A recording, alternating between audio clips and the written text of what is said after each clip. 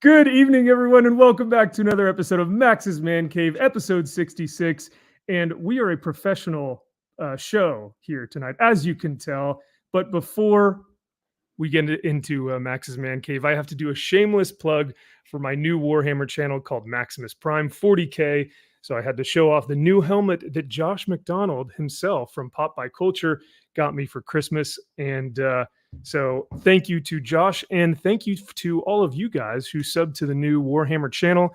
If you guys are new here, if you guys haven't checked out Maxfield Von Priestley, the MVP channel, every Sunday night we do Max's Man Cave with a panel of incredible co-hosts and guests, and we talk about, it's kind of a variety show. And so tonight we've got a ton of incredible topics to go over, and to join me are my two good friends and co-hosts, Josh and Drew, who definitely, this is our not our first time doing the intro. We haven't been thinking that we were live for the past 10 minutes or anything, right? This is definitely our first go around.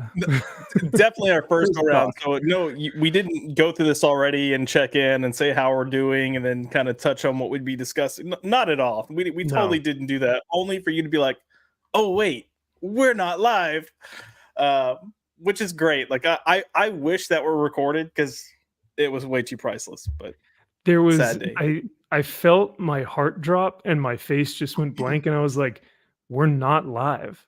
How did we not go live? So you would think after like 3 years of doing this, I would instinctively know you have to press go live. But I looked at the view count and I was like, we have no views. No one's watching. And then I was like, oh, it's because we're not on screen. So that was unbelievable. So thanks to these guys for being so patient. But hail to everyone in the chat, and thank you guys so much for being here. Yeah, we should have filmed that so that the members of the channel could have seen me just completely boomer at that moment and just go, yep, we're not filming to anyone. It's just us. Oh man. I was looking at the chat being like, dude, why isn't like, anyone saying no one's responding? Yeah. What the hell? Wake up, you fucking losers! Say something. And then I didn't even notice that. Yeah. Good times. Yeah, guys, this is Max's Man Cave. Wake the F up.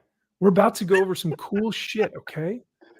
I was like, funny. I felt good buying that. I killed a Star Marine trooper person to get that helmet for Max. I expect a better response. And that was one hell of a story you shared, and we'll never hear it again. I know, right? I know. That'll be exclusive for members only. Josh will tell his story about how he pried my helmet from the cold, dead hands of a Chaos Warrior, and then he shouted, "For the Emperor!" as he took it, and he stuck his power sword in his gut, and then he walked away like a badass. No. I didn't shout for the Emperor. I shouted for the penis.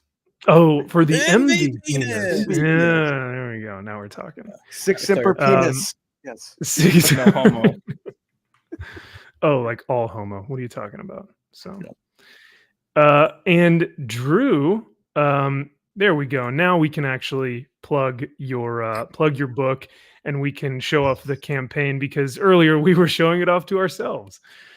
So yeah, if you guys haven't already, make sure to go back. Unholy Nightmare. This is Drew's masterpiece with the wonderful artist Aurelio Mazzara, who has just added 2 new pages to the book. These are some of the covers that are offered.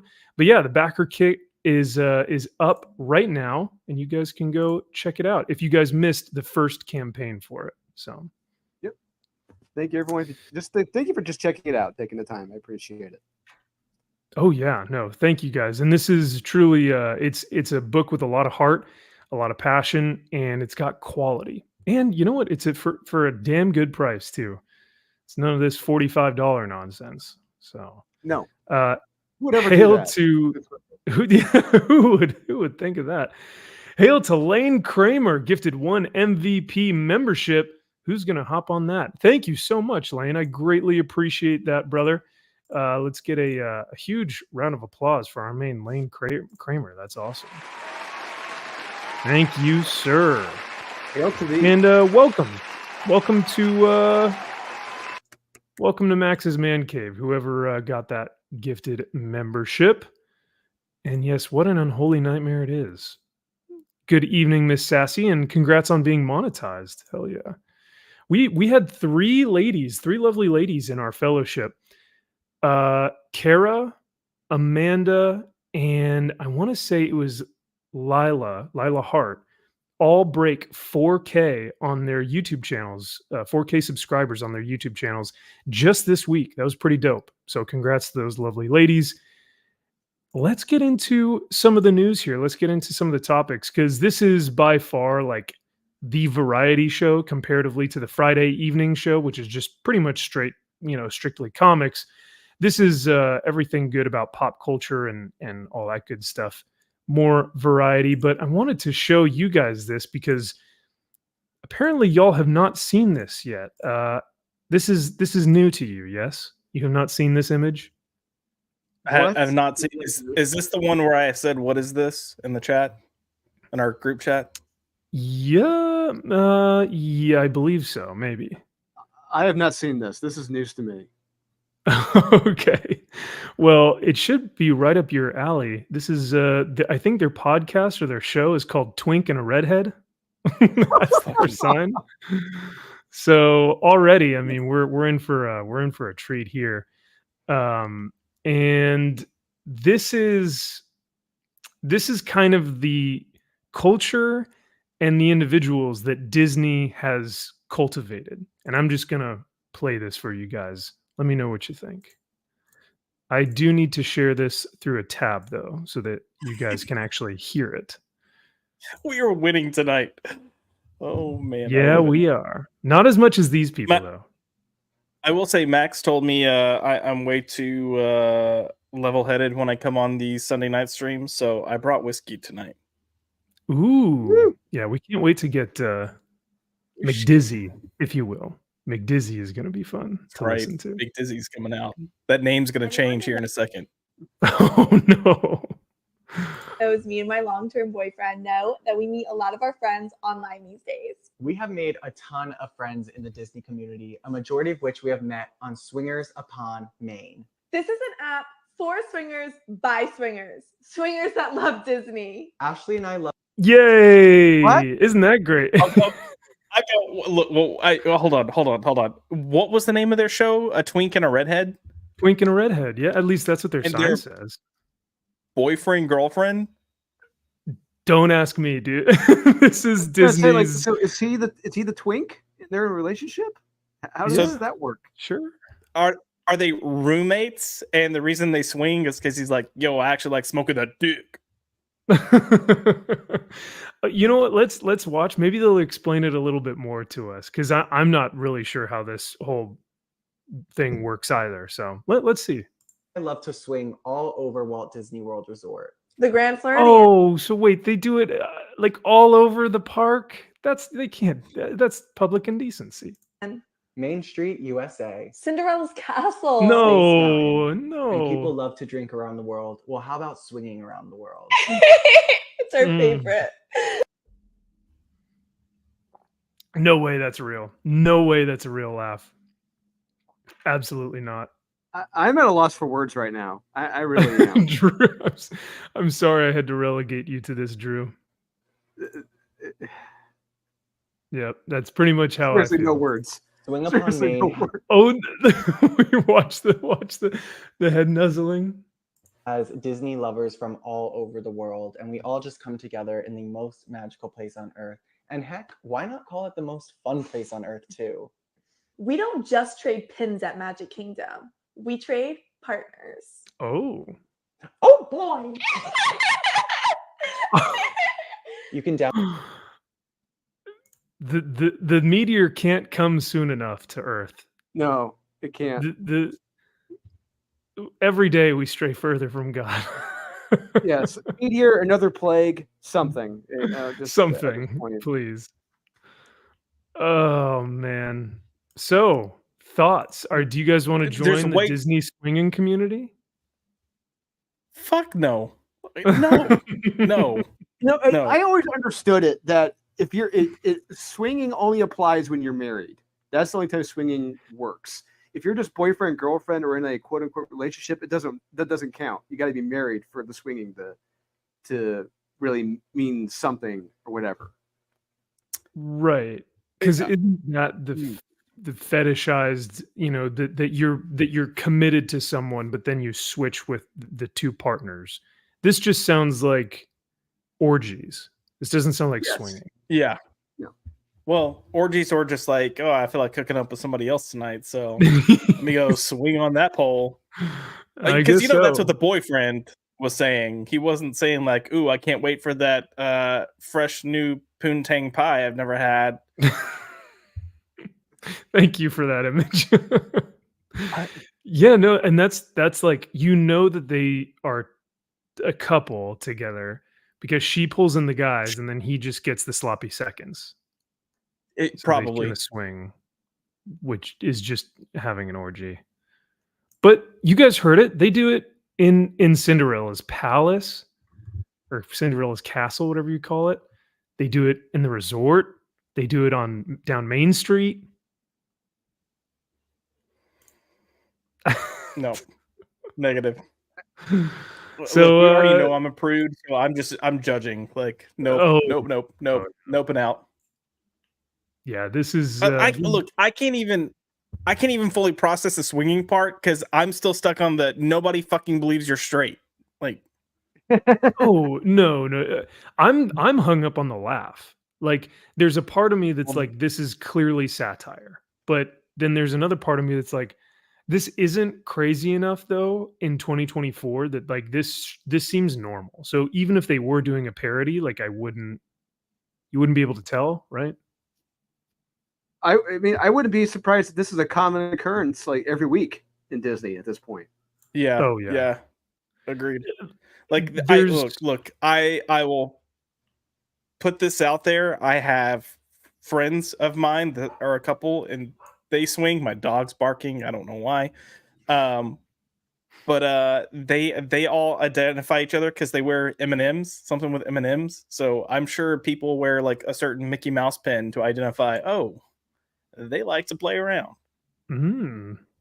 Well, isn't that the hanky code? When you have a little handkerchief out your back pocket, and that kind of, it's like, oh, this guy's into that, or this guy likes that. Isn't that? You ever I heard of think that? so. Yeah. Yeah. I've never heard it was of like that. it was in the back pocket or like tied around your leg or something. Yeah. So if you wear like a blue scarf, it's like you're pretty simple. Yeah, You don't do anything crazy. But if you wear like Yeah, a that goes black back to scarf, the- it's like, oh. Yeah, it goes back to the movie Halloween 3 with the one guy where he had like the blue hanky like hanging out of his pocket or like Oh no. tied from his leg. It's like, oh, he likes to swing. Okay, that makes sense. Yeah. Huh. Probably why he's divorced. Got it. Ah, yeah. But I was gonna say that with Disney being so close to me, because I'm here in Southern California, like I'm Anaheim, the Disney Center here in California Adventure are not far away from me, but it's incredible how many like Disney adults you see. You know what I mean? There are people who go to Disneyland like with their families, but then there are Disney adults, and that's like a different type of person. Have you ever seen that, Drew? Like Disney adults who like their life is Disney? I've met some people like that. It's kind of disturbing, but honestly, I'd liken it to Marvel fanatics. I've seen probably individuals like that at conventions who are fanatical about certain comics. But yeah, I mean, the one time I went to Disney in my senior year of high school, I do distinctly remember seeing a lot of adults there dressed up just nuts. But yeah, it really feels like it's more of an adult brand now than a kids brand, which is a shame. And I hate to say that it shouldn't be that way. Yeah, I think Disney has now, like I said, that is the audience that they've cultivated. Through their shows, through their movies, through their streaming service, through their parks. that whole swinging crowd, like that's and the people who probably take part in that, the Disney adult, that's probably the audience that they want or like or want to have. Um, yeah, man, I don't know. I feel like most people are just normies, though. I could be wrong, but it feels like that's who Disney wants. I don't know. Yeah, it really it makes me really want that this there's that proxy war going on right now with the Disney board and the one gentleman who's bought up like 10% of the company, and he's trying to get board seats right now. It's like I really want this guy to just take charge, kick everyone out, and just end all this shit. It's just it's upsetting. It's angry, and I'm not even a big Disney fan. I like some of the older films, but there are brands where you think of that brand, it's like kids. That's the families. You see shit like this, it's like what the fuck happened? Where did we go wrong? This should never be allowed. Shouldn't even be considered in the parks. It's disgusting. Well, speaking of disgusting Disney, let me go ahead and share my screen here because I don't know if you guys have heard of what Film Threat has been doing over here. They've been doing great work with what they're calling the D files. And no, it's not a extensive list of dick pics. This is, yeah, I know. Sorry, someone got excited. These are email correspondence from anonymous senders from the inside of Disney, from the corporation, that have been working on different films, different projects within the industry. And this individual, who remains nameless and keeps their anonymity, was working on Raya and the Last Dragon. And so if you guys want chat, this has been incredibly enlightening. Like, it is amazing. The mask is completely off at this point, and what we're hearing from the inside of Disney, like it's illegal. It's literally illegal. And we'll bring up one of the laws that it's actually breaking. But I wanted to read one of these things from the Disney files. Like I said, these are from anonymous individuals within Disney who are emailing the individuals over at Film Threat, Chris Gore and Alan Ng, and they are doing great work by kind of bringing this to light and actually telling people what the hell is going on in there. But I wanted to highlight, I think it was this one, but the individuals emails Chris and Alan, and they say, sources tell us that with Raya and the Last Dragon, the goal wasn't to bring diversity, equity, and inclusion into the existing community of Disney animators, but to replace it with a radicalized group of female activists completely. Like I said, the mask is completely off at this point. Have you guys heard of the D files, or have you seen Raya and the Last Dragon? I've heard of the D files. I watched the first video they did. I haven't had a chance to watch the second video yet. But Okay. This only gotten more interesting. But no, I have not heard of the Raya the Last Dragon. Dude, yeah, just wait till we get to the second email. This is just the first one. But this clearly tells a story and paints a picture. So here's one of the last things that the individual said. The individual who emailed Film Threat talks about how the hiring process has been going, how the film was made, how the film was marketed, and the inner workings of what was going on. But her last, or the individual's last sentence was, the mission of DEI is not equality, it's revenge. The final outcome is a complete takeover, a reset of the entertainment industry as a whole. And this is an individual who was hired for this like women in the workplace approved group. So she was initially hired on to this group and then was blacklisted because she didn't feel like she fit in with the activist cultist mindset. So she was blacklisted. So it says, our source also told us that once she expressed concerns about the mission of WIA, which is that women in the workplace thing, she found herself blacklisted from the industry. and felt that WIA and similar organizations had become the gatekeepers for women to enter animation. You had to be WIA approved and toe the line. So she also said that when she was in some of these sessions, it was strictly for female identifying non-binary people. So those are the individuals within the women focused group in Disney. Well, I mean, of course, we can't hire real women. Like we know they can't get the job done. We actually have to hire honest. competent men that are dressed as women. Right. Look, wait, does that break everything? So you would be a misogynist and a bigot at the same time, I think, right? Sure. Yeah. Why? Sure. I mean, why not? Yeah. Does that surprise me? Not at all. Like, I think we've all known this is what's been going on. We all know these have been the intentions behind everything. The fact that people that were inside this that quote unquote fit these descriptions based on the color of their skin or their sex, having them come forward and say it, that's kind of a big win. And if we can get more of this, it'll be even better. But yeah. Yeah. I also want to bet money that this person is an Asian. Like, interesting. I there's so many Asian women that I know that are just conservative and that people are like, oh, we're doing good. We're checking a box. We're checking a lady and an Asian. Hell yeah. And then the ideals don't align and there's friction. Yeah. Well, I mean, she did say that she is a woman of color. So you're probably not wrong. You're not probably far off.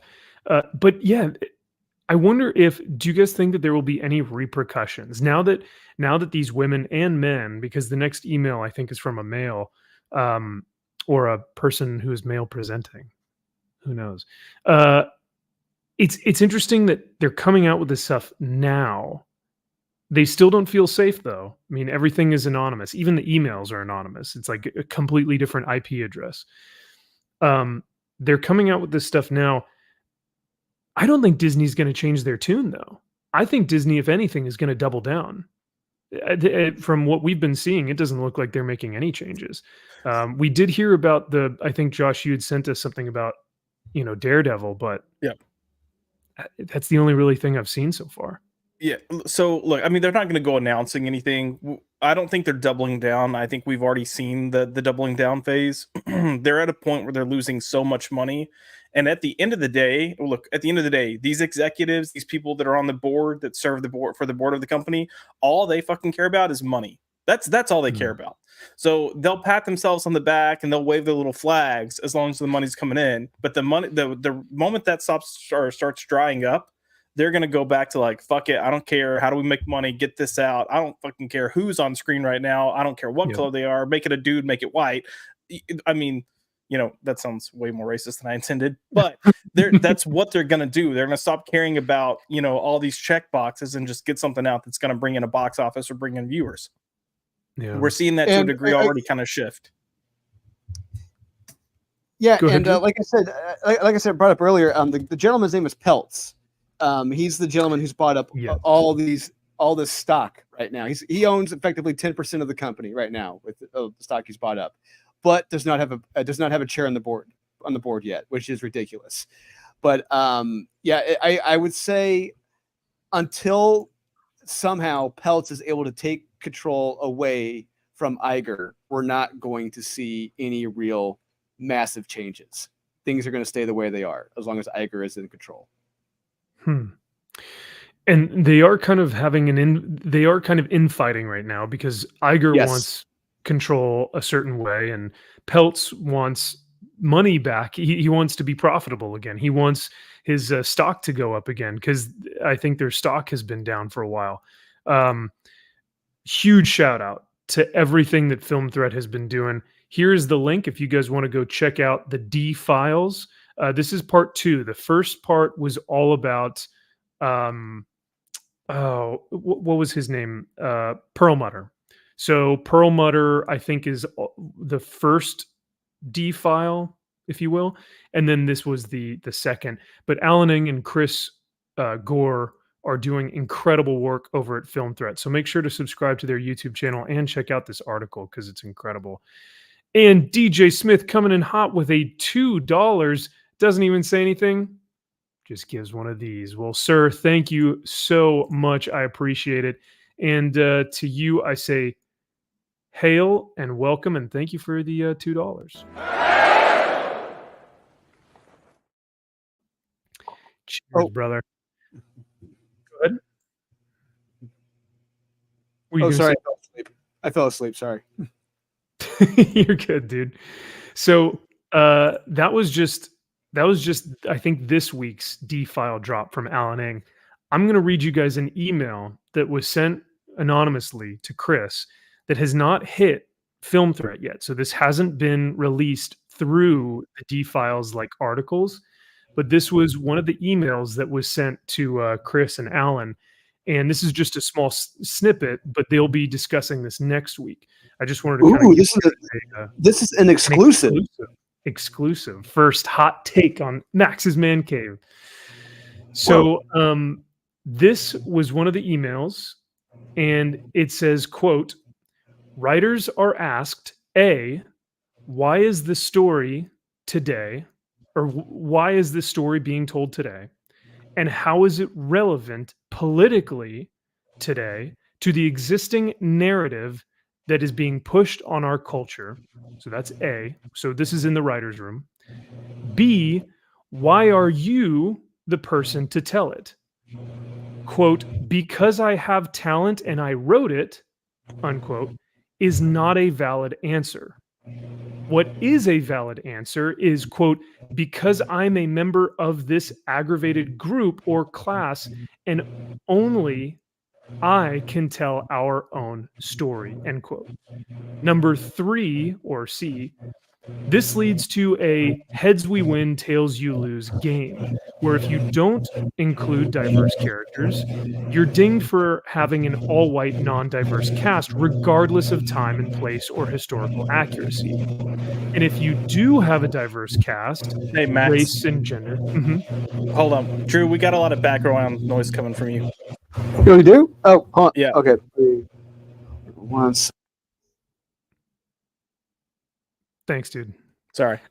I heard it. I didn't want to. I was like, should I say anything or should I just, Well, it started getting louder, and I was like, oh, no. God, it's coming for me. So yeah, the last sentence says, regardless of time and place or historical accuracy, and if you have a diverse cast, which is with race and gender, then you are guilty of cultural appropriation. The last line in the email says, behind the scenes, the mantra in Hollywood is male and pale is stale. That is what is currently being toted around as the mantra, the theme in Hollywood behind the scenes. And I'm assuming mainly in Disney, but in Hollywood as a whole. So this is pretty abhorrent, man. Like this stuff is pretty evil and vile in nature. And the fact that we're just learning about this is incredible. So yeah, I really don't know what to say.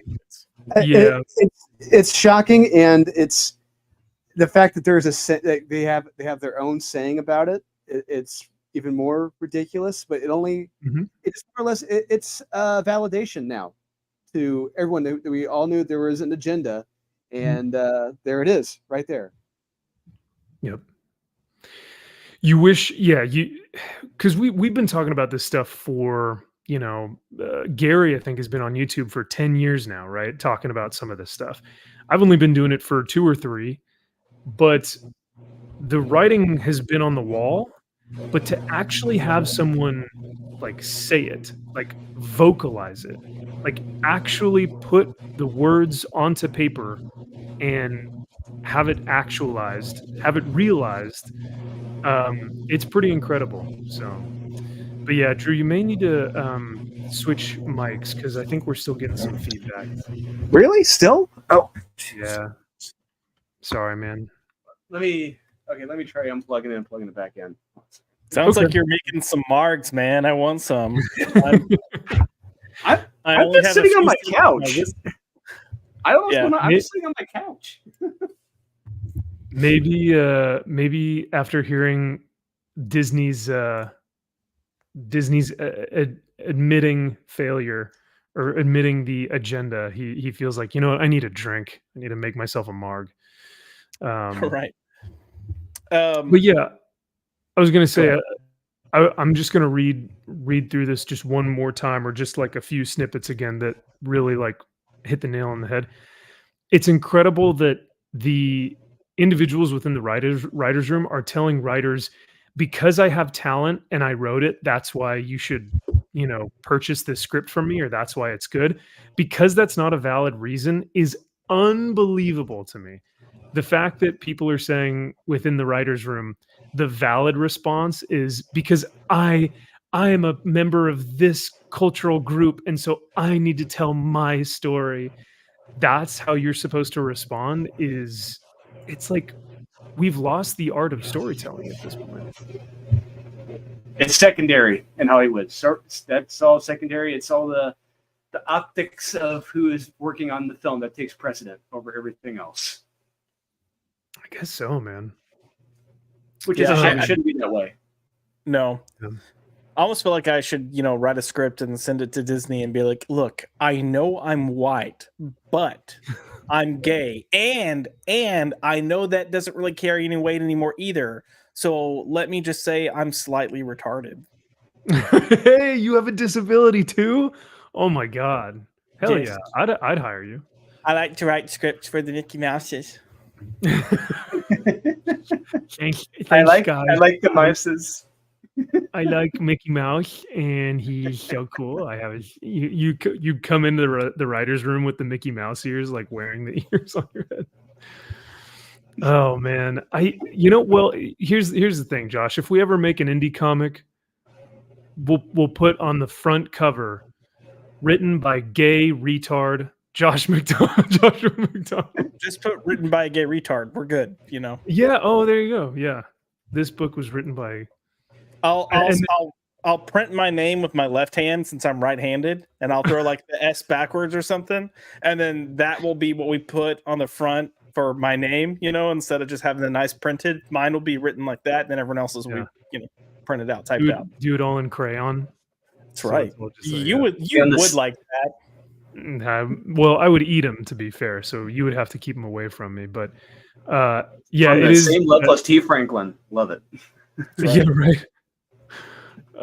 And yeah, then Josh, whenever you do interviews and stuff, you could then say, as a gay retard, I wanted to tell my story in this comic book. Everyone would be Imagine like, how fast I would get Oh. canceled. he's so brave. He's so Oh brave. my god! You know what? I'm totally shitting on myself right now, so I don't know if I should do this. But they have research studies going on at universities where they found that they can, I think, accurately identify gay people based on genetic coding, but it's very similar to Down syndrome. So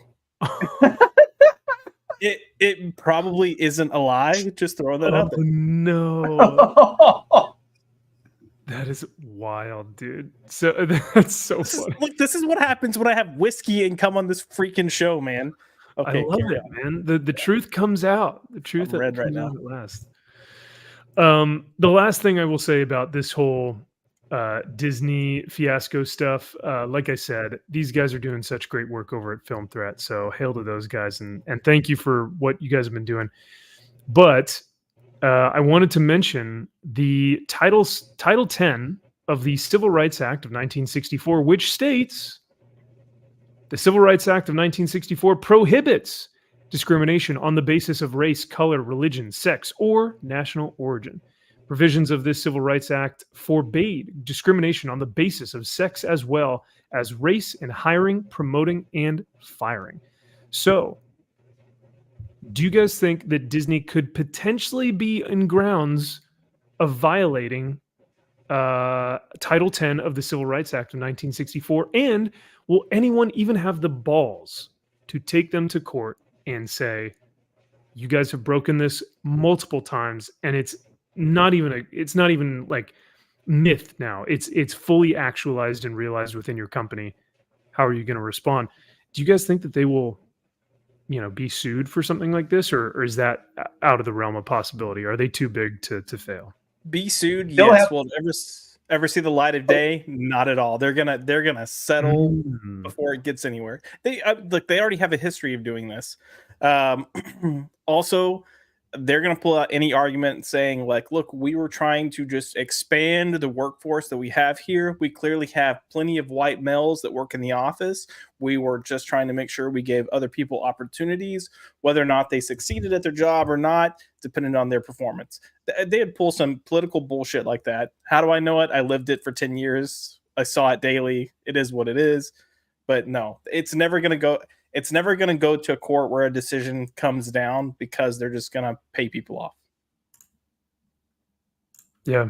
And you're right. You lived in Hollywood. You were in the Hollywood machine for a decade of your life. So you've seen this firsthand and how these things can be swept under the rug so quickly.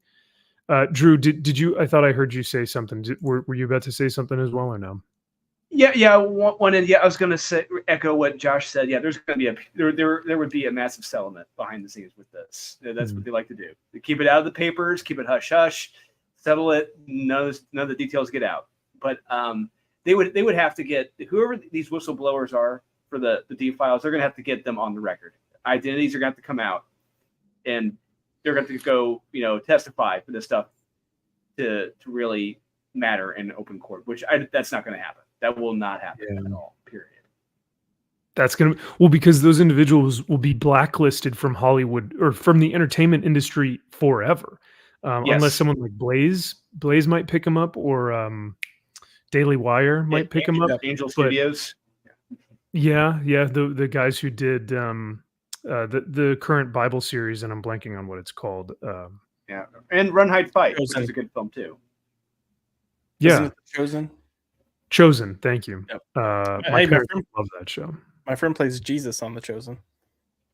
Really? Wait, Yeah. Jonathan Remy? Yeah. It's Dude, Rumi. Jonathan Remy is. Oh, it's Remy. It's Rumi. Oh, Rumi. Okay. So my old roommate that's Irish and sings, he was their percussionist in their band. So No way, dude. That's incredible. spent countless nights with that dude. That Good is guy. so rad. Genuinely a good guy too. So You know what? He does that. He does that app, the prayer app. I want to say, Jonathan Rumi, and he genuinely seems like a down to earth, wholesome person. I'm going to text my mom after this. Mom, my friend knows he knows Jesus. Oh, Jesus is my Lord and Savior. I know him. I know him. Well, I'm gonna send you money for him to give me a cameo. He's gonna say hi to my mom. I'll reach out to Don. Hello, Mrs. Priestley. Hello. Jesus. You mentioned the blacklisted, and I do want to say you mentioned there's options for people to go to, and I think like 5-10 years ago these options didn't exist for people if they got blacklisted. There wasn't really any place for them to go. I think major studios in Hollywood or these factions that are pushing these ideals know that people have places to go. So I feel like they would even take it further now, that not only are they going to try to shun you from the industry, but they know that you might have some options even then. So they're going to do everything they can to make sure like your name and your reputation just gets slandered. Like I feel like it's gonna, whatever shadow history you have, they're going to bring it out. And that's the sad part, but that is why that's the great part about why this current state of Hollywood exists, because like you said, there have been so many factions that have split off of this and so many different people making their own things. So it's not as much of a monopoly anymore.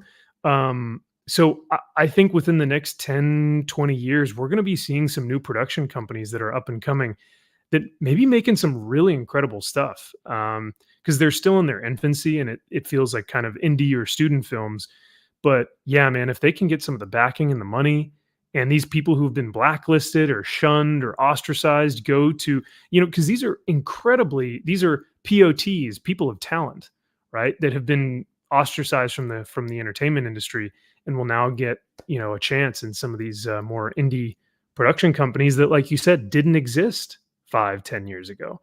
So I'm hoping for a resurgence of really great film and entertainment. And I think the best way to do that, or the best way that we will see how to do that, is through these alternate forms of media, maybe even YouTube. I mean, one of the best horror films that came out last year was from two guys that were doing YouTube, right? So just cool stuff like that you hear about. I got to give a huge shout out to our man HH over at Sigma Comics for $10. He says, shout out to my guys. Quota hiring can be great if job recipients are hungry and motivated to roll up their sleeves and do the hard work that delivers on both story and entertainment. Otherwise, it's crap. Dude, well said, HH. Well said. Let's get some applause for our man, HH. Sigma Comics, my man.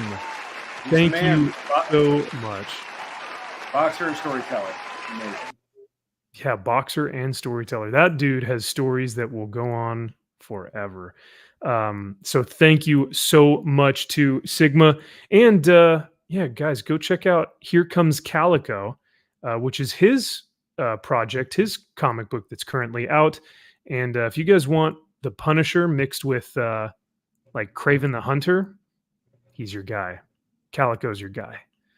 But thank you again, Sigma. And for you, I'll give you one of these. Strength and honor. Strength and honor. What we doing live? Echoes in eternity. Very true. Strength and honor.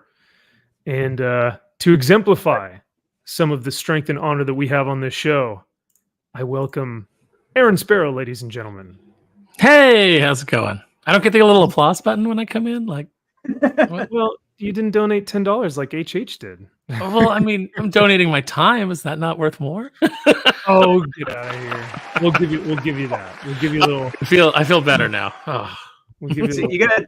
You gotta do the Mayor West thing from Family Guy. Where it's like, thank you, thank you, thank you. You're still saying thank you after the applause ends. Thank you, thank you, thank you, thank you, thank you. Well, Aaron Sparrow loves his taffy.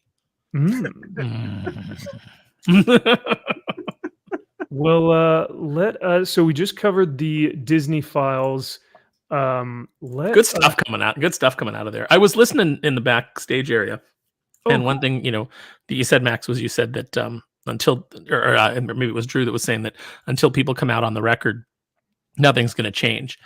But the fact of the matter that it's leaked means that there's far more of a chance that we're going to see not only some people maybe come forward, but they may not even have to, because there may be lawsuits that go into discovery. And once those lawsuits go into discovery, and this is in discovery, that's a whole other bag of worms that can be opened up. And, things that Disney can be on the hook for. So with everything that's going on in Florida right now and all the cronyism and all the illegal things that they're finding there that the Disney company was doing, I think there is a chance that, you could see a lawsuit open up and then eventually maybe even become a class action at some point, because the fact of the matter is all of this is illegal. Oh, 100%.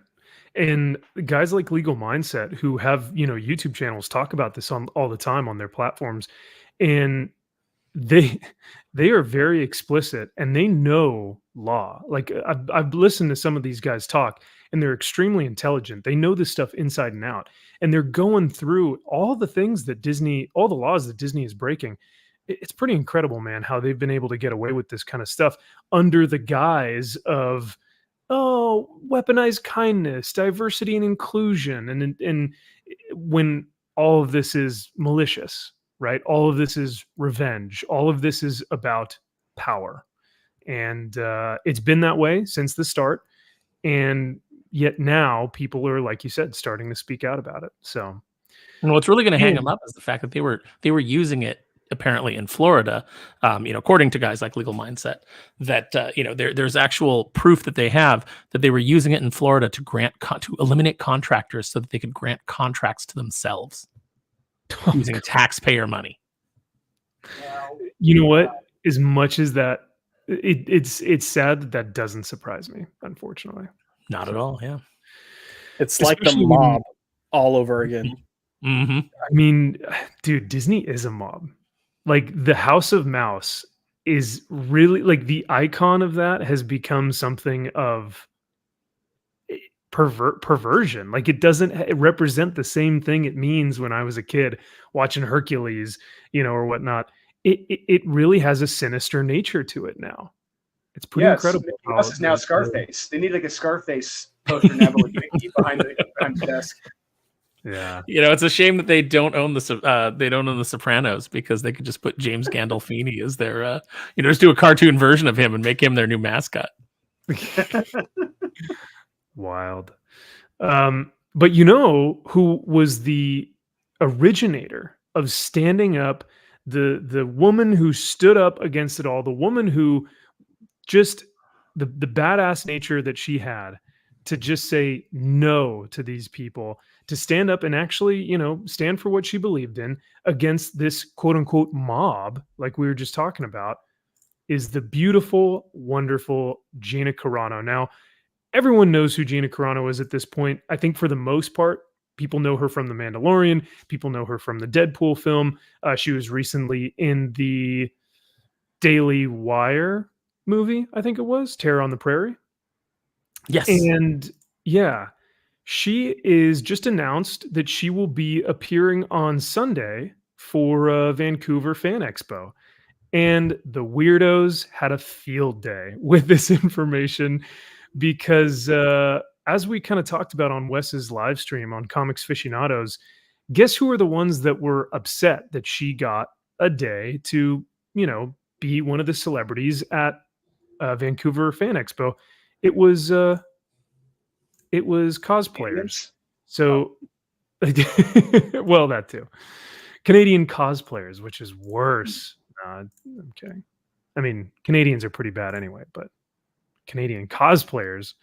So let's watch this real quick, and we'll kind of comment on it. But these two individuals are cosplayers that were planning on going to the event at the Fan Expo, but because of Gina Carano, they felt unsafe. Cosplay has a lot of layers. It really does give an avenue for self-expression, creativity, therapy. Real quick, how many comics do you think this woman has read in her entire life? I hate to be that guy. I'm gonna say under 5. Oh my god, guys! Like, Circus. I have totally read Hot Girl by Jadzia. Oh, actually, yeah. You know what? You're right. I love Siggy. Love Dilbert, Siggy, and Family Circus. Sure, yeah. And of course, I'm not trying to demean this woman's knowledge of her nerd cred or whatever, but clearly she is doing the cosplay thing for social media, for the likes and attention, right? Mm-hmm. I highly doubt that this is a passion project that she's like, I've been reading comics for the past 2 decades and like I do my favorite characters or whatever. This doesn't feel like that, especially knowing what her takes are on Gina Carano. Well, her favorite characters will be characters that she's heard of, because as your boy Zach says, when people like this say that they love a character, it means that they've heard of them. So, it's I love Spider-Man. Yeah, taps him with 2 fingers. Yeah. There he is. Also, do we really think her name is Amy Dalla because her handle appears to be Queen Amy Dalla, aka Queen Amidala? Oh, I bet all of this is, I'm say 50-50 chance. It might just be one of those weird coincidences. Like she got into it because, oh my god, everybody was telling me your name is like Amidala from Star Wars. From the Star Wars movies, and I'm really good with makeup, and her makeup looked really cool. Yeah. Well, maybe her parents were super big Star Wars nerds, and they were like, possibly. Yeah, let's name her Amy Dalla. Yeah, her last name's Dalla. We'll name her Amy, and then it's like Amy Dussie. It's like Amidala. Yeah. It's from the Star Warses, guys. My favorite Star Warses. So I grew up with Star Wars all around me all the time because my dad was such a big fan, and he bought me. I do have a comic. He bought me a collection of The Far Side that I have. I don't get it, but I have it. It's there. It's there on my shelf. Yeah, and lightsabers too. It's like, what? Wait, why did you say? Well, just lightsabers and Death Star, right? Just starts naming Boba Fett. I clapped when I saw it. That's right. ATST. Therapy. But there's growing Yeah, concern therapy, plans yeah. for an upcoming event go against the fabric of the community. One of the few safe spaces that we have no longer feels safe.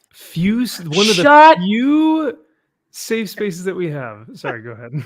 Shut up. Shut up. One of the few safe spaces that we have. It's been violated. What's really funny about this too is that, like, I hate to break this to her, but a lot of the conventions that she goes to, there are probably Gina Carano fans there that she didn't even know about. So that's why this seems so disingenuous, is because, like, she's like, oh, now that Gina Carano's there. Oh, go ahead, Drew. Josh, did you raise your hand like it's in class? Finish your comment, but before you hit play, I have a comment. So finish. That was all I was going to say. Oh. I find it very disingenuous that she wouldn't even think that there are other people that may like Gina Carano that are standing right next to her at every other convention she's been to. Go ahead. Yeah. All I was gonna say is all of us have been to conventions and we have smelled those convention room floors. There is no such thing as a safe space. Okay. No. Okay. Also, if you look at this freeze frame, she clearly has the crazy eyes, and that tells me all I need to know. I don't know what you're talking about, Josh. All I want is a safe space, Josh. It's I don't know how to tell you. I don't know how to tell you this, Amy, but it's not your space. Comic conventions are not your exclusive space. So, whatever it is that you're into, Comic Cons, much like the comic book, the comic book as a reading experience, as a collectible hobby, can be for anyone, but they're not for everyone. They're for people that actually like this stuff, and they're for people that actually want to be part of this community. And I'm fine with you wanting to play dress up and going to a show and getting lots of pictures for your Instagram. Mm-hmm. But that is just one small part of this show. And if you can't deal with the rest of it, then stay your ass home. And this is also where the whole cosplay is not consent thing came from, right? Because, like you said, Aaron, these conventions are for everyone or for anyone who wants to participate, who wants to partake. But the cosplayers made it so much about themselves that they felt like, oh, I want to be the center of attention, but I also don't want to be objectified. And I also don't want to have pictures taken of me that, I don't consent to or whatnot. So cosplay is not consent, everyone. I am now the victim, even though I'm going to make it about me. It's always a narcissistic viewpoint when it comes to this kind of stuff, because like you said, the convention is not all about you. Everyone interacts with the hobby in a different form or fashion. Sometimes that's cosplay. Sometimes that's, selling comics. Sometimes that's buying comics. But when it becomes all about you, then it's not inclusive as you would want it to be. So that's the thing is, like, look, I love cosplayers. I have a lot of friends that are cosplayers that not white ones that are on the news whining, trying to get attention by pretending that they feel so unsafe because a guest is going to be in a signing area. But and I think fans will be there too, and it's like and I think that it's fantastic that the amount of time that people put into these costumes, and there's some that are just so elaborate and amazing. And the whole cosplay is not consent thing started as whenever you have something like that and people are taking pictures, and it happens to the celebrities too. They will have people who will touch them inappropriately or put their hands somewhere inappropriate or make an inappropriate request for the photo. Celebrities deal with it and the cosplayers deal with it. And it started with that, like, hey, you can't touch the cosplayer just because they're dressed up. Right. You still need to get their consent. But what always happens is when you get a bunch of narcissists, they always push it further and further. So then it became, for some people, you can't even take my photo. Like if I'm standing there in the hallway, you can't take my photo, and they would get mad. And then there's always the ones that are trying to monetize it. And you took a photo of me without paying me. So, therefore there's going to be some conflict. And it's like, no, you are appearing at a public venue and You don't have any right to keep people from recording you or taking a picture of you. And if your butt's hanging out and somebody walks by behind you and they snap a photo, does that suck? Yeah, that absolutely sucks. But you're there in a public space. And you chose to have your butt hanging out. Yes. Right. Yes. Yeah. Right. And so the other thing is, what is? Oh, sorry, finish. Go ahead. So, like my friend was told when she drove to New York and her car got stolen, and the officer said that she was filing a report with said, you came to New York. What did you think was going to happen? Well, you went to a comic convention with a bunch of nerds and your ass is hanging out. What did you think was going to happen? Someone's going to snap a photo of it. Mind you, very socially awkward autistic nerds that don't really understand social cues and stuff. So like, yeah, but that, which is to say, it's no excuse. Men and women should not be fondling these people, cosplayers and stuff. And I don't condone that. And I'm not saying that, the people who have been touched inappropriately, I don't want to demean or lower what they've gone through, because obviously that's terrible, right?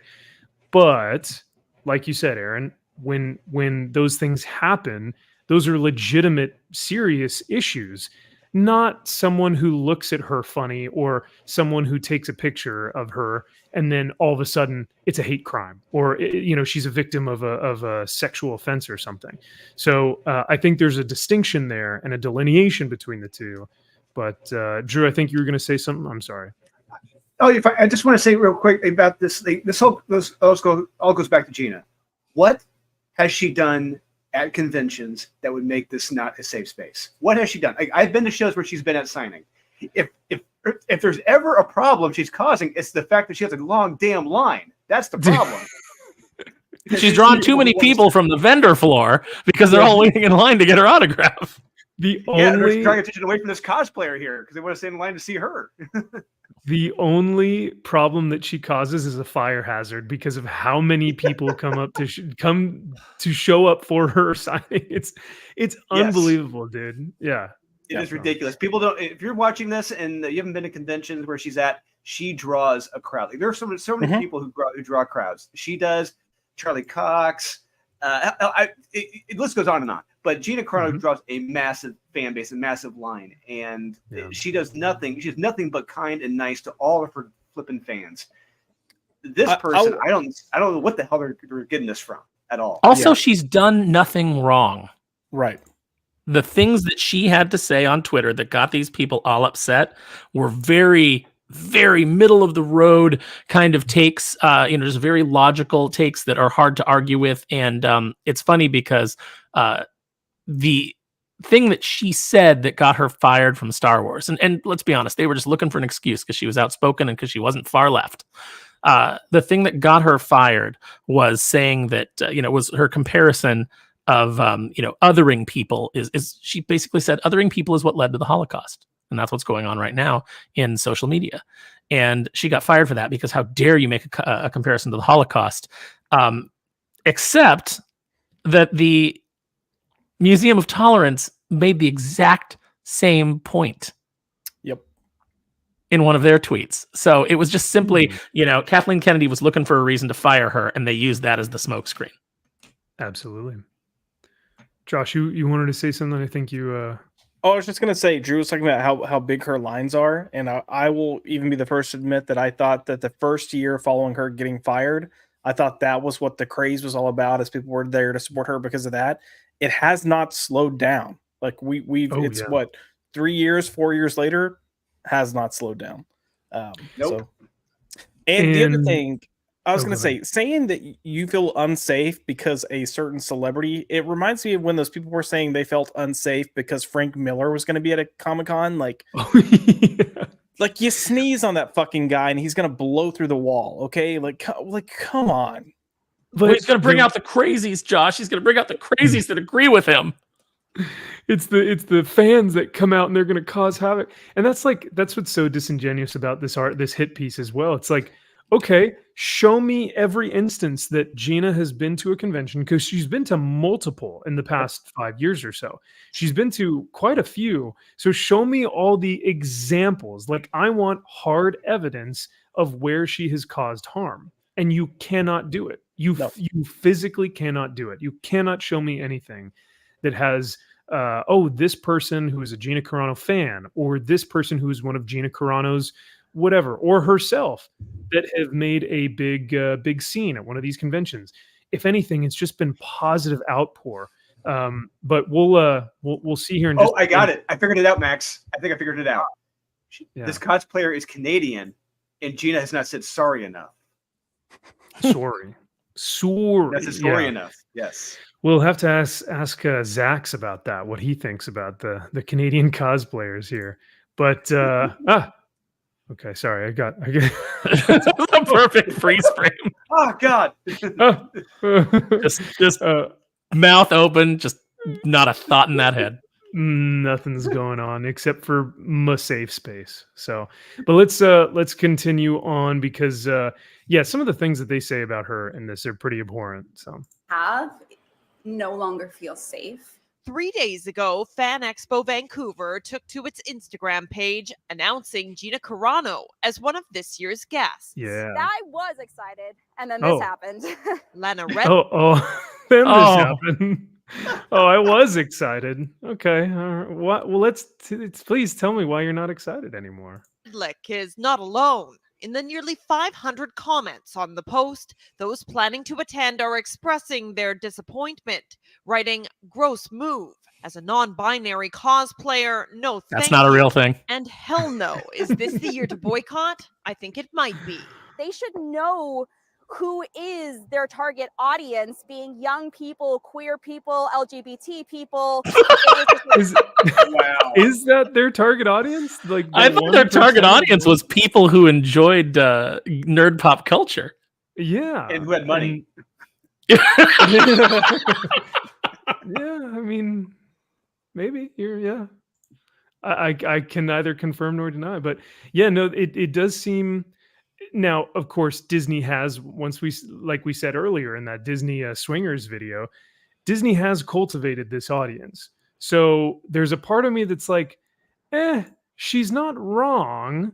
But at the same time, we also have to think about like the 80% of normies out there who just go to these things for fun, or who just go to see celebrities. And I'm pretty sure that's not this 1% of the 1%, right? I'm pretty sure the target is families. Yeah. Like, I'm sure that most events put out anywhere, the target is families. I still don't understand too, and like we've said before, so even if their target audience are younger people who are part of the LGBTQ community, that's called FlameCon. Well, yeah. I still don't understand how Gina Carano plays into that, because she has said nothing of offense or done nothing of offense other than, what was it, the beep bop boop comment, right? Was that what people got saw as violence? People got worked up because they couldn't get her to put her pronouns in her bio. Yes. And that again, it's something her preference is that she doesn't want to have pronouns. Okay, that's fine. Don't put it in there. But because she has to adhere to the cult, right? Yeah, it was bullying. That's what it was. Absolutely. And the best example I could think of, this is shit that was going on in Seinfeld when Kramer goes to the AIDS walk and he wouldn't wear the ribbon. And you're like, why don't you want to wear the ribbon? He's like, I don't want to. You know what? You're a ribbon bully. And they proceed to beat the shit out of him for not wearing the ribbon. Yeah. This is the exact same thing here. It's ridiculous. Yeah. It's like, you will conform. You will be converted to our religion. You will, you will say what we tell you to say. You will do what we tell you to do. And these sad, attention-seeking, I want to be on the news, I want some people to, to pay attention to me, girls that you see here, they still think it's 2016. Yeah, it's not anymore. This stuff went beyond nerd spaces and it got out to the regular public, and people are done. Yeah. Once the normies noticed and went, oh no, we're not doing this. That was the end of pronouns. That was the end of compelled speech. That was the end of your Hogwarts boycott. It's you basically proved you have no financial power with the Hogwarts boycott. Number one game of last year. You guys tried to kill it and you failed miserably. And that more than anything speaks to these companies. And it spoke to Fan Expo when they saw these 500 people that were suddenly not going to come to the show. 497 of those people were never going to attend the show anyway. Oh yeah, 100%. They're just looking for relevance, significance, saying, look at me, and they're concern trolling. Concern trolling is a big thing on the internet where it's essentially, hey, Fan Expo, did you notice you have a bigot going to your thing? I don't think I'm going to go. And it's this kind of call to action to make them do something. It is bullying. It is in essence bullying to have them conform, but it's under the guise of the concern, I'm concerned for the safety of me and my friends, but really, what does it all come back to? Narcissism and power. Yeah, and you look, she's gonna be that chick that's like standing near the signing line with a poster board that's like Gina Carano's a bigot. Like she's gonna be like, I have to do something, and it makes me wish this was Dallas. Actually, oh, I wouldn't surprise me that, or she's gonna be one of those that tries to vocalize it. You can clearly tell, but it makes me wish it like this were happening in Dallas, so I could walk by and be like, shut the fuck up and save it for June, bitch. And then, But the thing, see, I'm surprised you actually say that though, Josh, because I don't think these people have the balls, right? Because remember, because every time that Gina has ever come out to one of these conventions, there are probably detractors out there who are like, oh, no one should go. We should boycott and we should tell them not to go do this. But what do? They never fucking do it. It's because it's so unsafe to do it, Max. Yeah, it's so unsafe. Because what would happen was Gina Carano would Hulk out and she'd throw her table over and she'd come charging them and start grabbing them in arm bars. Because she's done it so many times in the past. That's why. That's right. History. Which is also like the funniest thing in the world because her fans most likely look like this, and this will be another topic that we bring up later this evening. But we have, I think people have to remember she's a UFC fighter, not only like UFC, a professional, winning record, fucking UFC fighter. She's good at this shit. She would destroy me, dude. And I weigh 230 pounds. I'm not a small guy. She is the quintessential strong female character that we want, right? She stands up for what she believes in. She has values. She treats everyone with respect. She is humble. She's a fighter. She's strong. She's a warrior. And yet she can also embrace her femininity. She is everything that we love about these, female characters.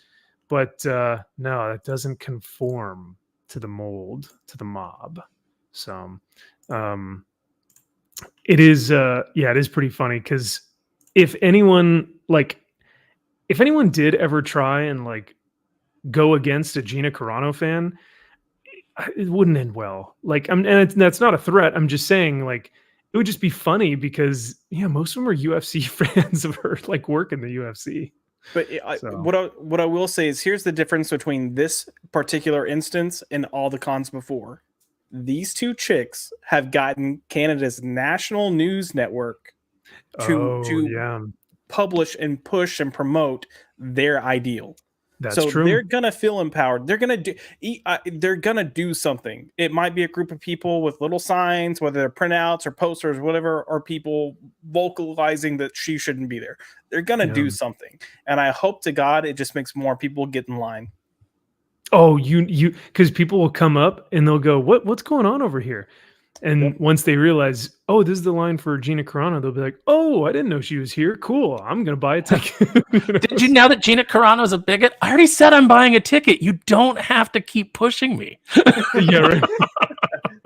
There was actually, I have to look because afterwards we'll check the Fan Expo, but I actually kind of want to buy a ticket. I mean, I can't unfortunately go, but just to put money in her pocket and put money in the Expo's pocket, I want to support what they're doing. So I think it would be great to support them, but and just more revenue for her to support her. But let's continue watching this. And Deadpool. But after she took to social media, comparing being a conservative today to being Jewish in Nazi Germany, Disney quickly cut ties. That's Carano not what never she did. addressed her fire. Right. And this is kind of what we were talking about earlier, is that she was talking about when people are othered, this is how quickly these regimes rise to power, right? Mm-hmm. Yeah, she never, like, they always try to simplify it. They always try to make it sound worse than it is. And even this doesn't sound that bad. Like, at worst, if you were like, at worst, you might go, oh, that's a little over the top. Any rational person that's the reaction they would have. By the way, all of these people that are, so upset by the fact that she, used the Holocaust. How dare she? How dare she use something that was so, so horrific to the Jewish people? Most of those people are calling for the death of Jews right now anyway, because they've gone all pro-Palestine. So, that same group, they don't have any ideal except waking up in the morning and going, who can we destroy today? Because their lives are empty and they just wander around like ravenous, unhappy, beasts of the field, just looking for something that they can destroy.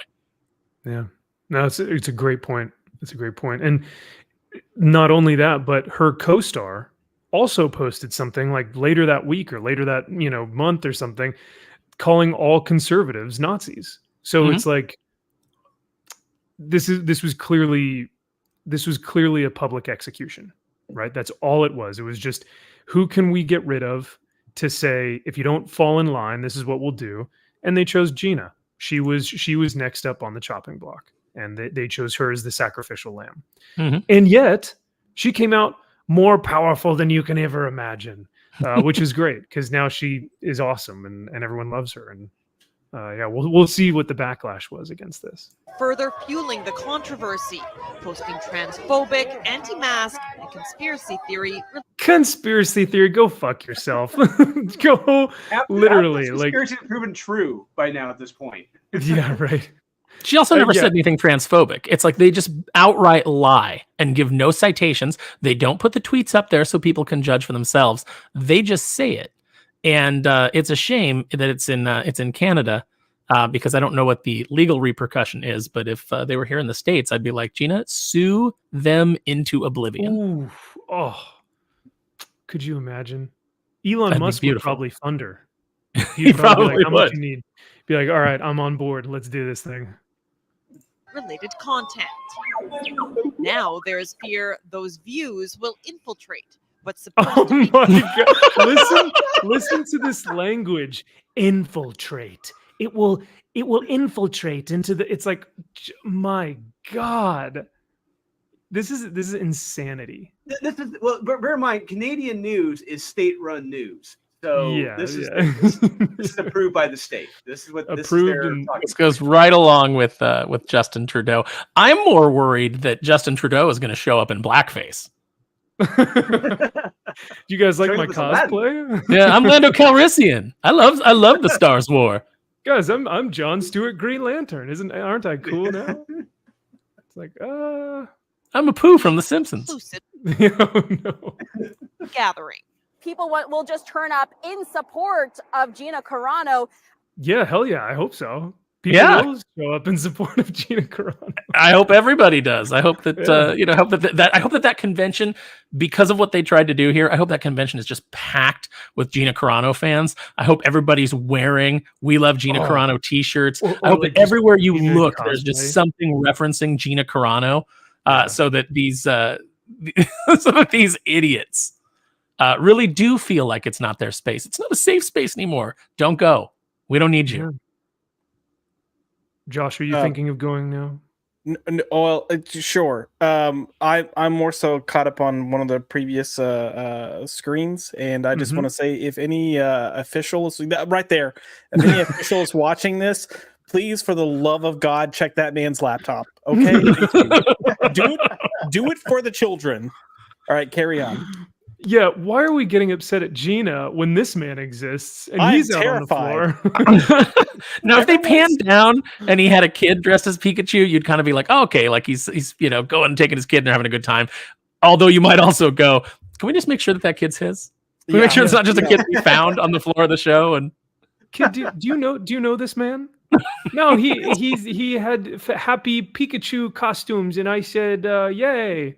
Like, okay, kid, why don't you follow me? Please screenshot this and send it to Kara and be like, "Hey, do you have this Pikachu?" Yo, that's good. And screenshotting. There it is. Oh my god. Kara, please tell me you have this Pikachu. Thank you. That's really funny. And now I want to forget this image ever existed, but yeah. No, it's tattooed forever on the inside of your eyelids, Max. You're gonna every time you close your eyes.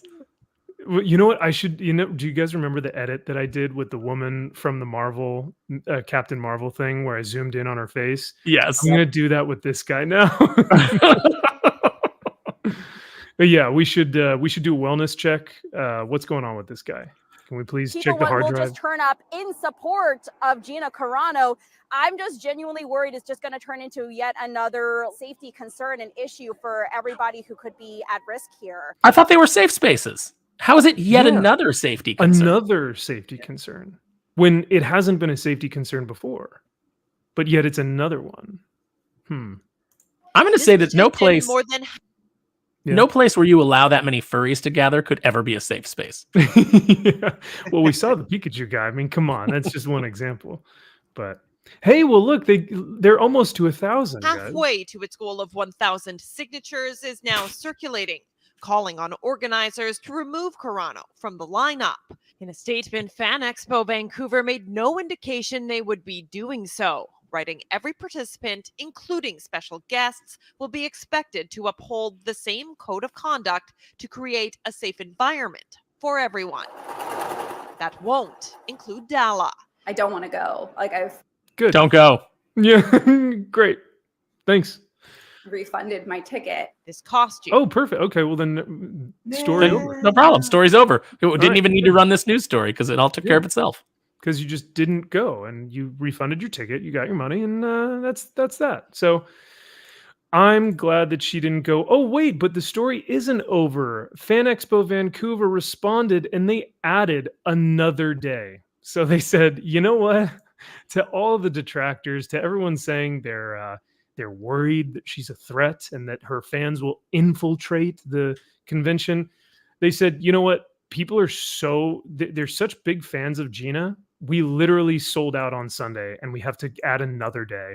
And if you talk to Jay, Drunk 3PO, they even thought about adding a Saturday, like the Saturday before. So this is so rad. It's so cool to see her continue to have win after win after win, even after these people continue to scream and cry and cope over her success. So she deserves every bit of it. But I hope she's in Dallas because, guys, I would love us to go get a group photo with her. Oh, dude, could you imagine? Oh, yes. I call having her put me in a headlock. So if that's what we're gonna do, okay. I may get a little aroused though. That's fine. She can put you in the headlock, and I'll wave my little gay flag. And I'll be you'll be off to the side, just holding your flag over here. You should bring a like a little piece of 8.5 by 11 piece of paper that says like boycott Gina Carano or something, or boycott Gina, and just be holding it in the corner with your little flag. No, I think that you should have a Queers for Carano sign. Oh, I like that. Okay, I'm all on board, but just gays, not queers. I'm very much in this LGB. Forget the movement that's going on. Okay. Yeah, after the show, I want to ask you what the difference is between gay and between queer, because to me it just seems like it's redundant. Because queer includes all these trans people and all these. The T included trans. Yeah, but the whole like I don't identify because I'm a spectre. That's the queer people. Oh, okay. I guess the L at the beginning already, like you can't do another L for lunatics. Right. Okay. This is also the sign for lesbian, by the way, just letting y'all know. So whenever I'm thinking, this is lesbian in American Sign Language. Is it really? Like, thank you. It really is. Did you learn that from Echo? Lesbians are very thoughtful people, so I think that like doing kind of like the thinker is. I could have been on Echo, guys. I'm just saying. There's so much shit you don't know about me. I said I forgot about my sign language. Yeah, you could have been our stunt double. Yeah, I could have. yeah, there you go. So you're roughly what you're the telling same me. size. What you're telling me, though, all kidding aside, is that like queer would even include like the people that are like, I'm an otherkin, I'm part fox or whatever, like that. That includes that. That's they identify as queer. Okay. Yeah. So, But wasn't like 15 years ago, maybe even 10 years ago, wasn't queer like an offensive term? Like if I were to be like, oh, you like, is it context, or is it because now like all these offensive terms that used to be really hateful and oppressive, they've almost kind of like embraced it, and it's like, yeah, I'm retarded, yay, I'm mentally challenged, I'm queer, and it's Are you like, making fun of me from earlier in the stream now? I'm an ice cream enthusiast. Yeah, queer was offensive earlier, like decades ago. If you go back to the 60s, queer was offensive. It became a little less offensive, and it became more of a blanket term in terms of like, oh, he's a little funny. But as he started kind of defining, like gays are specifically the guys, lesbians are specifically the females, bisexuals, queer started taking on it started taking on the others. I'll just put it that way. I said it really loud in Nicole's today. Oh, queer? Yeah. I don't really remember in what context. Yeah, the context might be interesting to know. Aaron just walked in and went, queer. Kept walking. Oh, I remember what it was. I saw a shirt that was on the clearance rack, and I just kind of like caught it out of the corner of my eye, and it was like a girl on a horse, waving her cowboy hat, and it said rodeo queen, but I read it as rodeo queer, and I was like, I said rodeo queer. I didn't okay. And then my friend was like, what are you talking about? And I was like, that shirt over there. She's like, that says rodeo queen. And I was like, oh, okay. So I guess it's a shirt for gay guys instead of for gay women. Probably. Yeah, I thought you were gonna say. You looked at the shirt and you said, "Hey, how queer!" But rodeo queer is fun too. Well, when I was a kid, I remember there was this book, and I don't remember what the name of it was, but basically a kid ends up on an island, and there's like a dragon, and there's, he finds a dragon, and the dragon was being kept prisoner by these other animals, and I remember at one point there's an animal that finds him, and he's like all kind of like bundled up, and the animal's like, my, what a queer little rock. And so as a kid, I was like, oh, queer means strange. Queer means, unusual. And I started using it. And then I had teachers that were like, Aaron, come here.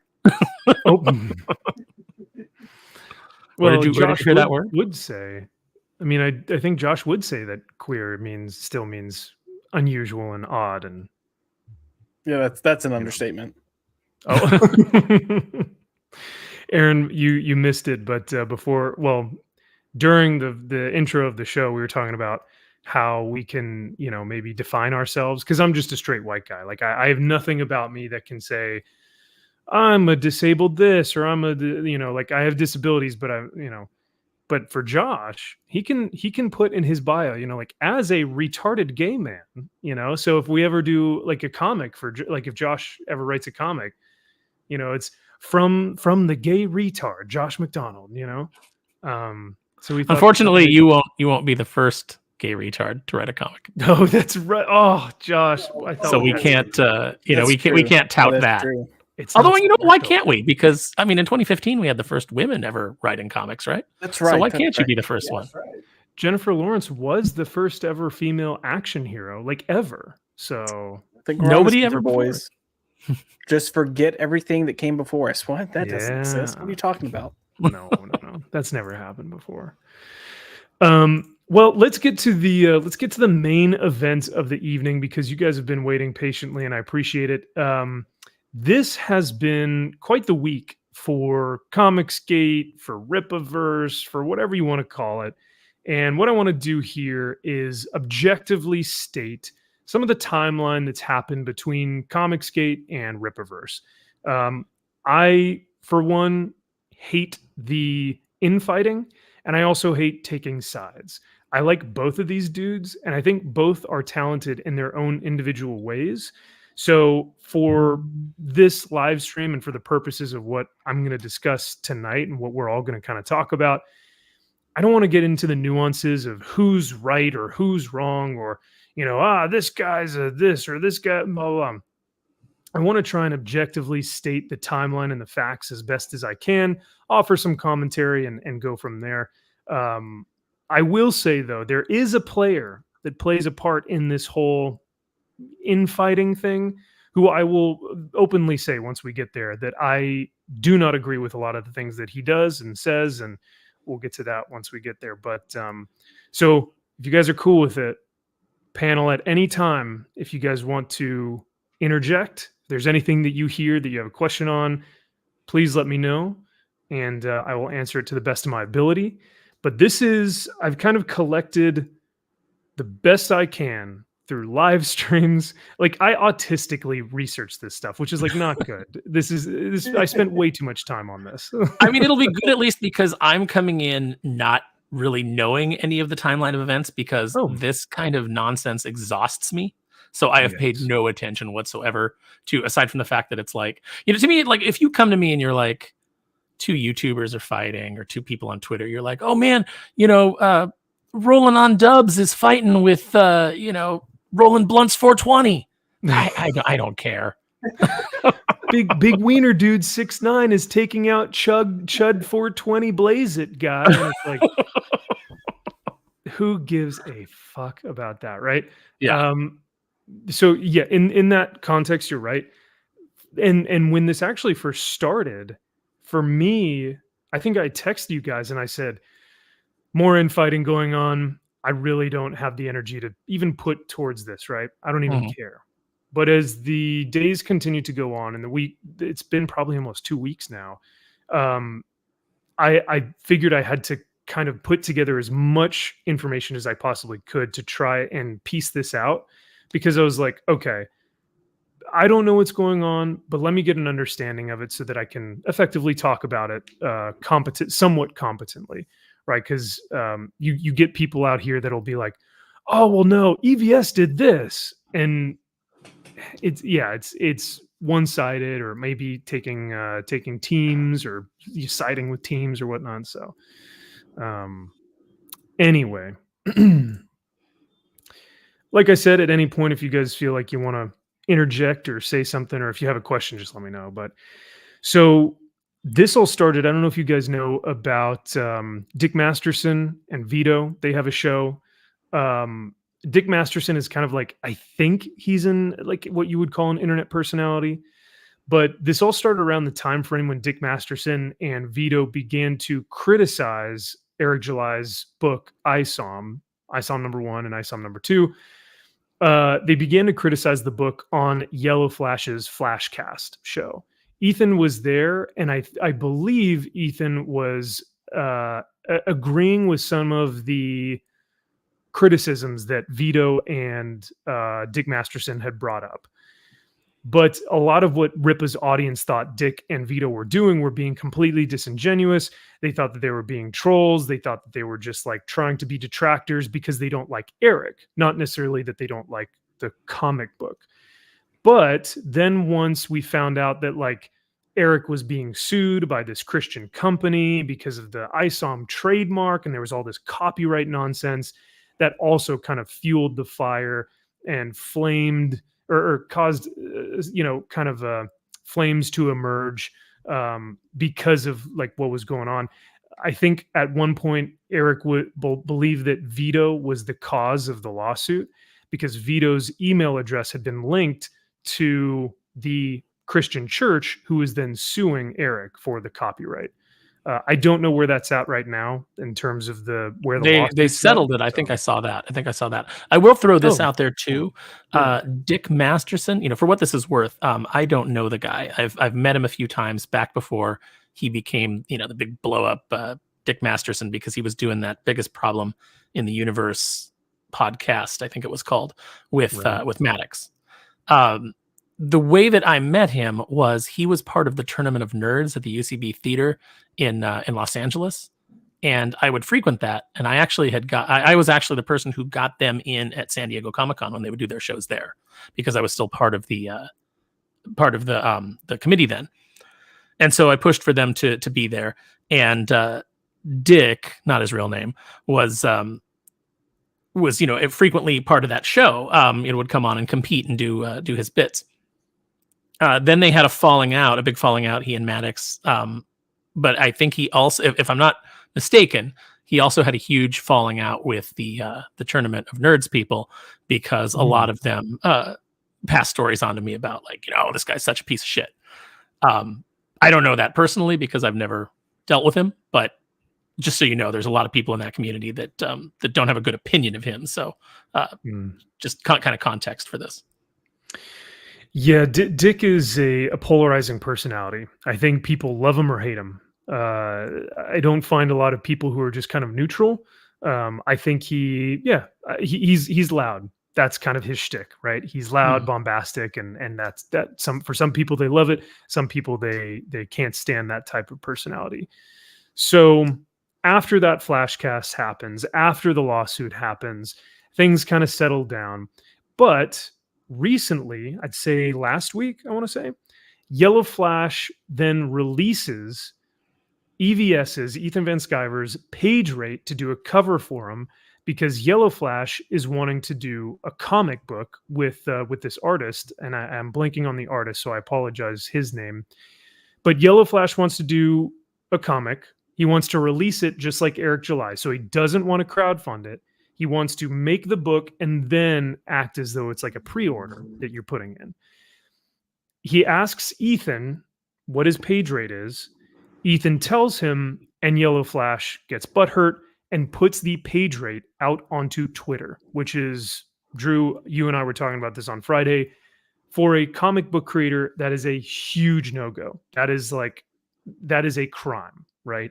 That is like, it's disrespectful beyond belief to start posting someone's page rate online. Yeah, I wouldn't have recommended that. I deal with artists and their page rates all the time, and I knew what Ethan's page rate was because I've talked to Ethan before about, in times past about his page rate.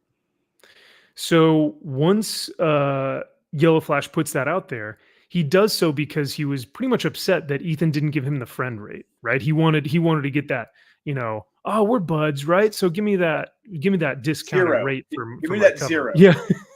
the price of on the house. Yes, right. Yeah, the for the price of free. Is that what he was hoping for? Do we know that? Like, did he say that? Like, did he, in his communication with Ethan, was he like, "Oh, you should do it for me for because we're bros"?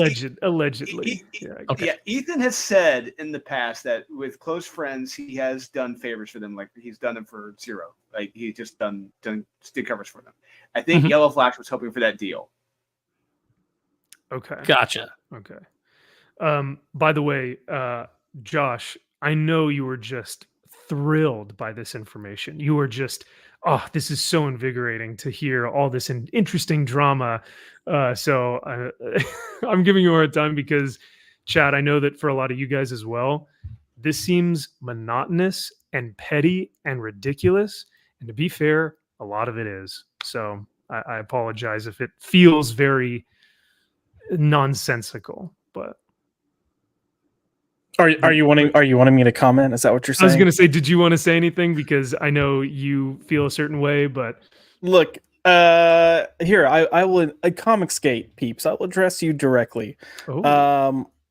It's time to become adult men, which you are. So grow the fuck up. Stop playing your playground politics. Make your shit. Eric, love you, buddy. You're nice. I've had a good conversation with you. We've been on streams together. Your shit could be better. Ethan, I've also been on streams with you. You are very pleasant. You've got a lot of history, got a lot of insight. Stop fucking messing with people on Twitter and YouTube and just go fucking get your shit done. All right? All right. Good job. Go team. Woo. And break. That's what everyone puts their hands in. Fucking whiskey now. I love it. Thank you, McDizzy. McDizzy is fully out and out and about. So yeah, no, I think that for a lot of people, this can be tiring. This infighting can be exhausting. So I understand that, but I appreciate y'all in the chat hanging out with us tonight and going over more of this stuff. Yeah, and not just that, Max. It's just the fact that it was already things were kind of already slightly splintered, but this has really, really driven a stake in it and made a severe crack in the foundation of like bonds these guys had. It's such a good point.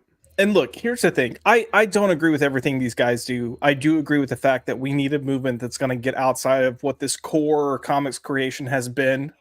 We need different ideas. We need people to actually stay true to just caring about the craft. But I think that is all more of the reason that when shit like this comes up, and you're as big as these two are in particular, you need to have enough self-worth and enough self-confidence to say, this is stupid bullshit. Don't comment it on it unless you're going to say, this is stupid bullshit. I don't know why we're talking about it. And go back to making your craft. Like, just go back to doing what you do. It would be so much better for that. You wouldn't have this nonsense, and you wouldn't give the other side like ammunition to throw back at you of, look, these guys can't even make their products and they can't even get along with each other. Like, that's where we are with this. Like, but Ethan loves drama, and he monetizes drama. Yes. Listen, I love. He's done a live stream every day for almost 2 weeks now. It's ridiculous. Well, because it's red meat. It's red meat for the people. Ethan's got two distinct audiences. He's got the people that follow him because they love the drama and they find him entertaining as a YouTuber, and he's got the people that follow him because they love Cyberfrog and they want to support his book. And then there's some crossover, obviously, people who like both. But this is all red meat for the YouTube side of it, and I would be surprised if he hadn't made like 50, 60 grand in the last week just in super chats on this. So, or maybe more. I'm just ballparking here, but he's made more in super chats this week than probably a lot of the people that watch him or that buy his book or that are into comics are making in a year. So, I understand from the perspective of just pure capitalism, you're going to monetize the hell out of that. Ethan the other night put up his he was reviewing Isom 2. He put up his review of it, he did his markups, critiquing it and everything. It's up on eBay, or it was up on eBay, and it was going for several thousands of dollars. It was ridiculous. He essentially when he reviewed ISOM 1 and 2, he marked them up with a pen. So he actually went through them page by page and actually critiqued the book as a professional of the industry, and gave actual legitimate criticism. I know some of it was tongue in cheek, some of it was salty, some of it might have been whatever, but for the most part, I think there were some good criticisms in there. And he sold the book on eBay for a couple thousand, and he did the same thing with issue 2. So I think it was like 4K or something, and it was the first one, and I'm sure the second one will go for just as much. But Ethan loves this stuff. And I think he will even admit, he has a ton of fun with this. And I hate to say, but there are times where I am laughing my ass off at some of these live streams because they are so goofy and funny and entertaining, right? This is, for women, how they have Real Housewives and all these drama shows and stuff. For guys, this is I guess this is our, what would you call that? What's that trashy stories. Entertainment called? Well, for us, it's usually wrestling. Yeah, that's true too. Yeah, but because wrestling is bad right now, this is the next best thing. So no, WWE is good right now for the most part. Is it? Yeah, Okay. There's some good stuff. All right. There's some fun stuff going on, man. For the most part. So, but yeah, I think both of them. I think Ethan really enjoys this, and I think Eric is trying to put his best foot forward and trying to present the company, present the comic in a certain way that negates all of this stuff and just says, oh, it's all detractors. It's all just people who hate me, when there are legitimate people who have criticism. So I think that this is a mess, but we'll continue because, as Drew said, this next thing that happened with Yellow Flash, I think this was really the point where Ethan went scorched earth, drove a stake in the ground and said, we are no longer working together. We are no longer hanging out. We're not on the same side. We're not buddy-buddy. We're not anything. This is now Comicsgate and Rippaverse, and there's no in between. You're either on this side or that side. Because after Yellow Flash released the page rate, in a drunken stupor, as Yellow Flash does, deleted the Twitter page for Comicsgate, which he created years ago when this all first started. So this has been a forum on Twitter that people have posted their campaigns, posted their books, posted their questions. It's been kind of a Reddit forum or a open forum for people within Comicsgate to publish their work. And Yellow Flash, as petty as this is, and like I said, I'm going to try and stay as objective as possible here, but this to me was, just ridiculous, was, Yellow Flash drunkenly deleted the Comicsgate page. After that, he pretty much forms a side with Eric and decides, you know what? I don't need EVS. I don't need his help.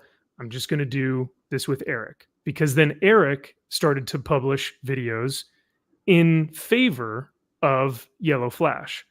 This drove EVS insanely mad. The fact that not only did Yellow Flash release his page rate, but then he deleted the forum that so many creators were on, that they loved being on and enjoyed producing their work on.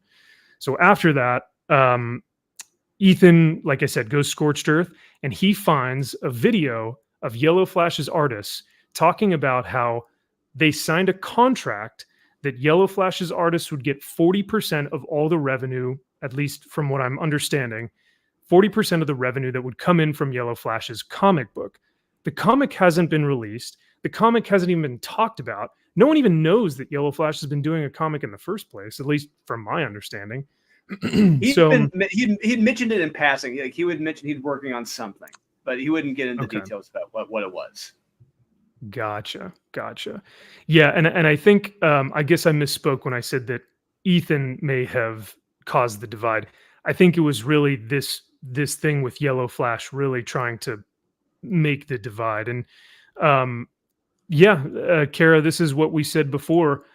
I think a lot of this is really petty, and I think a lot of it is immature, and I think we're just ready for fucking good comic books. I think that's what everyone wants, and yet we're stuck in a lot of this drama, but it sells, right? It's YouTube.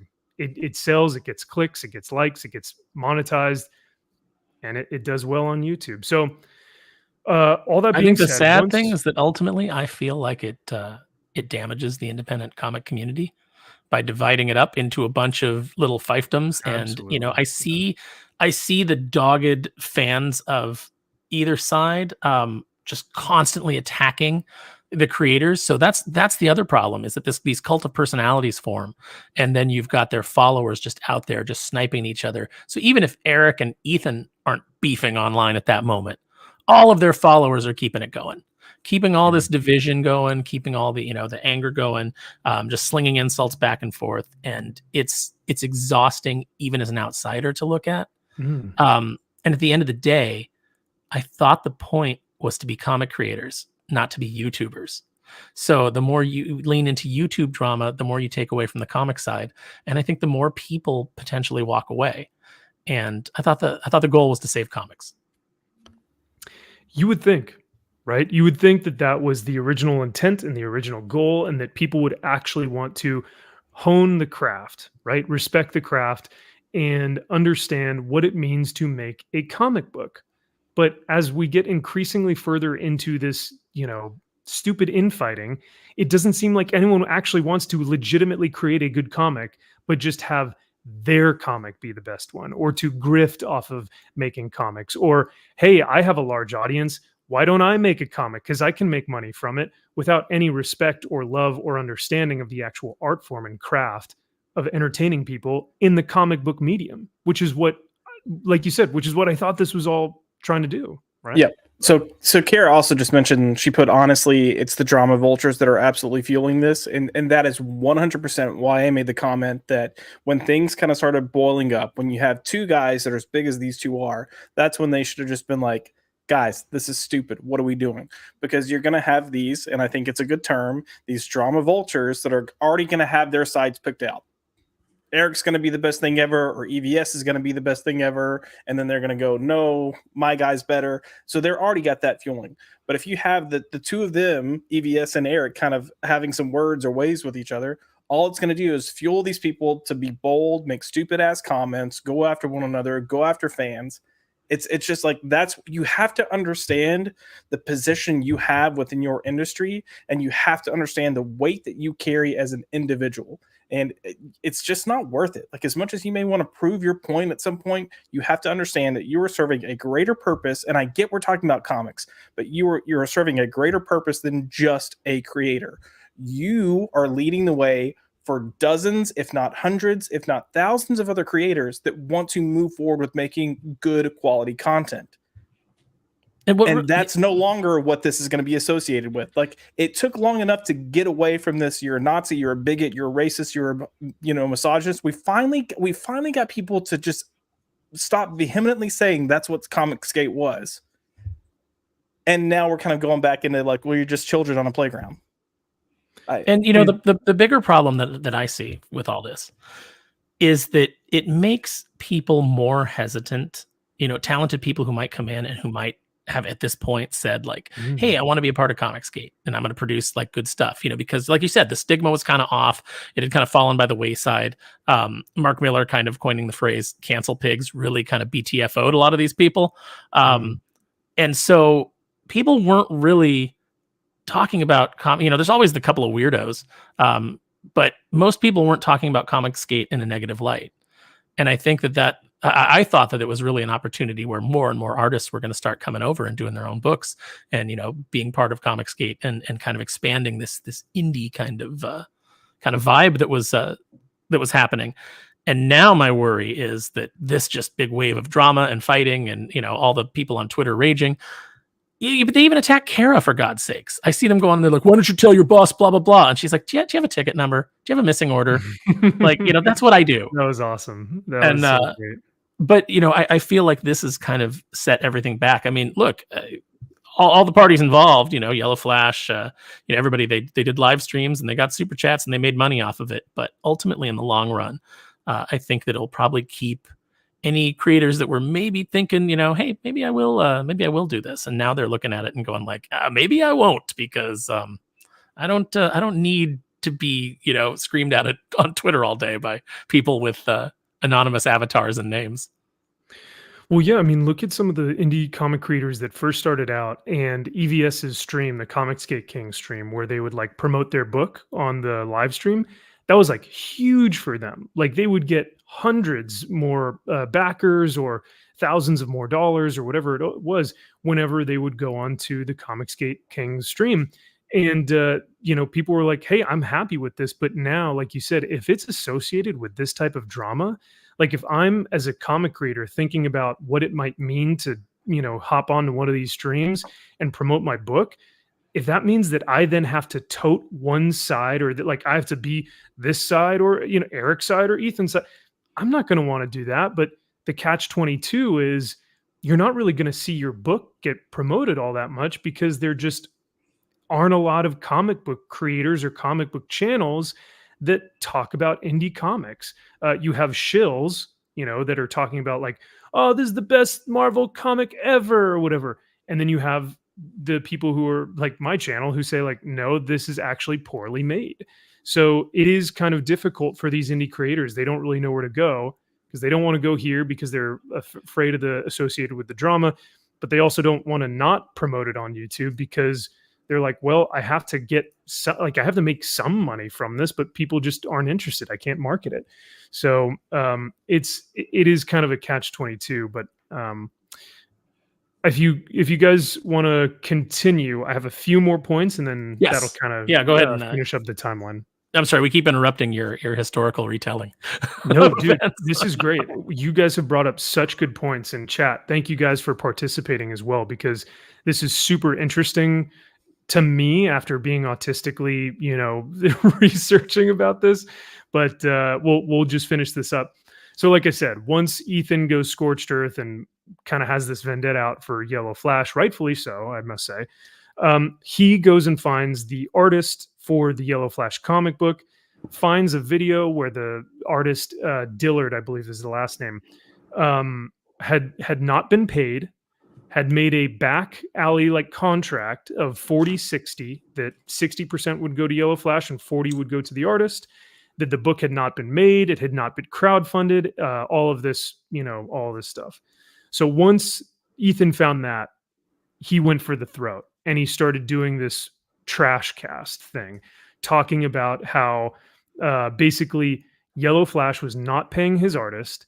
And not only that, but the artist was in extreme. Sorry. Oh, I don't know what the hell that was. Okay, sorry. I was like, "Is everyone okay?" I thought someone fell. Oh, you know what? I have a bottle of water that's frozen on the counter, thawing out because I'd left it in the freezer too long, and it's doing that thing where it's like starting to change shape. So yeah, it fell over. Okay, no worries. I thought CG was breaking into Aaron's apartment, so I was like, whoa, no. Yeah, all of a sudden you thought Jim from Weird Science was on the on here, and his wife was coming in to hit him with a pan. Jim's wife is here. His wife was coming to get you. So this was the tweet that kind of, that Ethan was talking about, but Yellow Flash paid his artist in 40% ownership over the upcoming comic book he's drawing for Yellow Flash, with no advance against that ownership over the course of 6 months of sweat equity into the comic. And for a lot, once again, for a lot of comic book creators, that shit does not fly. You pay your artist, right? But because this was kind of a back alley deal, the artist was okay with it. The artist openly said, "Hey, I'm all right with this. I don't mind taking the 40%. It's not a big deal. We'll continue on." Not to mention that the artist's family had been in turmoil because they had a huge flood and they had to move out of their house. This was all during the time that Flash wasn't paying him. And so that also fueled the fire underneath Ethan's ass to Ethan start saying, "Pay your fucking artist, Yellow Flash. He's homeless. His family's, in need of money. You haven't paid him. You haven't given him advance. You fucked him over, all this stuff." So he took that and rolled with it. After Ethan kind of going after that, Eric came out with a live stream kind of promoting Yellow Flash and saying, "Hey, I understand what he did, and I think that the 60-40 is not a big deal. They made a contract. They are two, grown men, grown adults. They can do whatever they want. Stop getting involved." So then once Eric responded, Ethan came back and said, "You want to get involved with this too? Let's start looking at your comic book, Eric, and let's look at what your artist is doing," which is basically plugging and playing and dropping in 3D assets into the comic book, not sketching over it, not using a light box, not taking reference photos, dragging and dropping 3D assets into a comic that is worth $45 or that people paid $45 for. So that then started a whole nother conversation, and Yellow Flash was completely, he got lost and thrown out into obscurity because now the attention diverted towards Eric. I do want to pause real quick because a couple of comments I want to make. And look, in no way am I saying I support Yellow Flash, but I agree with Eric. If you're two grown adults and you're coming in and you're making a deal, that's on you. To the artist, I really don't know much about Dillard. Is that his name? I don't know what work he's done before. I don't know. But I will agree. If that's the deal you're going to make, like, live with the consequences. I will also add that when he started publicly kind of speaking to what his family was going through, and other people have backed this up, Yellow Flash did offer to send money to pay for things. He did offer to help. Dillard, from what I understand, turned it down, said, "No, I'm good." Mm-hmm. Where I think Yellow Flash fucked up is he is now damaging whatever compensation this artist is going to get, because now that he went on a drunken stupor spree and fucking ruined whatever relationship he had with Comicsgate, that is now hurting whatever profits this artist would have made. So if I were Yellow Flash and I knew I did that and I knew I fucked that up for this other person, I would come forward and do what I could and say, "You know what? We're not going to get the compensation that I thought we were going to get." Or maybe he's delusional and he thinks they're going to get more now. I really don't know. But he should then just, here's a paycheck for what we've done at this rate. You'll still get 40%. And move forward. So I'm looking at this guy on Twitter, Dillard Draws. I found his profile on Twitter. I guess he did the Buckler, like the Buckler covers, that crap under the comic. But I'm looking at his art, and I'm not going to lie. I'm thinking about hiring this guy myself to do some covers for Unholy Nightmare. because It's this artist is good, that right? good. Dillard's Yeah, it's Dillard's really- good. Yeah. I'm like, you know And- what? Hey, what's your rate? I'm not gonna blast it. Don't worry. Yeah, no, for real. And that's what's so shitty about this whole thing is I don't want to take sides with Eric. I don't want to take sides with Ethan. I like them both. I love them both. I think both are extremely talented. But you know who is at fault most of all out of this whole thing? It's Yellow Flash. This dude continues to burn bridges. He continues to his alcoholism has ruined not only himself, but other people's livelihoods, and not the fact that, yes, two grown men made a contract, made a deal together, but the fact that he's deleting the Comicsgate page, the fact that he is out there going to most likely ruin the profits for this book because he couldn't fucking handle his alcohol. And what does this, and the big thing for me is, what does Yellow Flash have anything to do with comic creation? Like he can barely get through a Bounding in a Comics article without stumbling over it and not saying the word woke in one of his YouTube videos. How is he supposed to be a creative in a medium that has to be creatively entertaining?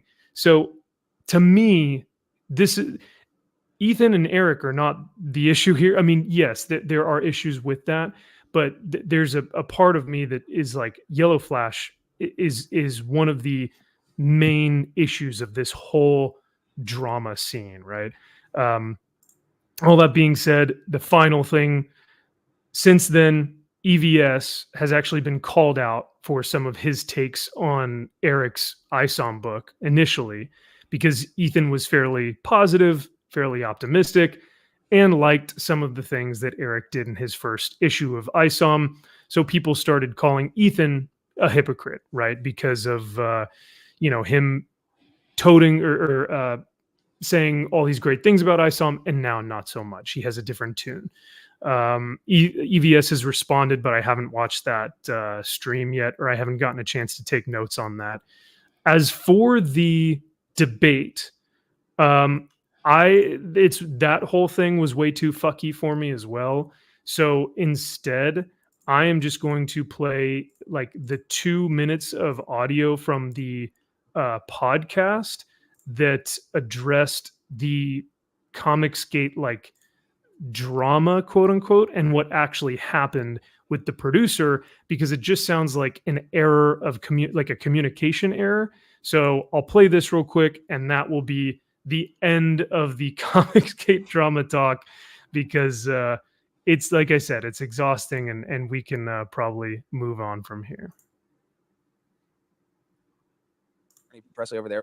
We want to get to my soon-to-be fired producer. I know he wants to make a statement about the mistakes that he made. Okay, well, it's been a very stressful 24 hours. And so if you live under a rock, yesterday we advertised. It's a young Mac from Always Sunny. Ethan Van Sciver. It really does look like that, huh? And we had to cancel it last second, right before the show. And both sides were, talking about it online. A lot of drama, a lot of people. I tried to explain it briefly at the beginning of the show, but we were kind of frazzled. So I will give you exactly what happened. So last week. Oh gosh, this is already boring, Jimmy. Why is it when you talk it's so boring? I was thinking the same thing. Know the drama. They want to know why you caused this and why you would pit Eric July, an employee at the Blaze, against his arch nemesis Ethan Van Sciver, who I happen to be friends with. But go ahead. Okay, last week Ethan Van Sciver reached out to Alex, said would like to come on the show. We were on a mutual podcast, yes, and we agreed. Hey, we come said on, fantastic. He's very popular. He's got a great channel. He's an incredible artist. We're big Ethan Van Sciver fans here. We really are. No, he's only been nice to us. No, we genuinely are. He was on the show in the early days. But so I DM'd him on Twitter. I followed him on Twitter last week. I hadn't followed him before then.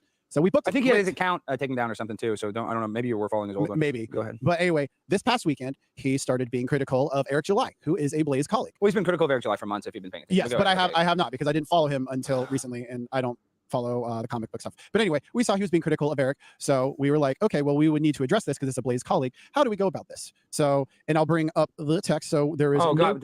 Now you're sharing text messages. No, I'm just reading exactly what I said. I just don't want any room for a misunderstanding. No, leave a bunch of room. We want that. This is the best thing for our show ever. Now everybody's talking about it, and now they don't know the real reason. So really, we don't want to give them the real reason. We want to be very vague. I'm going to say everything so we can never talk about this again. So yes. we wanted to reach out to Eric. So I said yesterday at 11:15 a.m. I texted Eric. Hey, Eric, this is Alex Stein's producer. We are having Ethan Van Sciver on the show today, but we were wondering if you wanted to come on the show as well. You can join via Skype if you don't want to come in the studio. I know y'all have been beefing online, so I think it would be a good way to set the record straight. Let me know if that works for you. Thanks. A little back and forth. Eric was hesitant, and then here's what he said. Interesting. So the goal is to platform him and have him talk about myself. Seems like an obvious, purposeful move to just go on a platform that I obviously contribute at to talk down about me. And I wanted to talk. Ethan wasn't even going to talk about Eric on the show. He wanted to promote a new project, but since Eric is a colleague, we is this double speed? To be kind of awkward not to. Yes. But so we were going to defend Eric. Yeah, this is my next text. Alex is obviously planning on defending you, but we thought it would be better if you defended yourself. The purpose of the show will be to figure out the beef and if it can be settled, not to fan the flames or talk shit about you. If you change your mind about coming on, you're welcome to appear today. If not, let us know if there's anything specific you'd like us to bring up that you haven't already discussed online.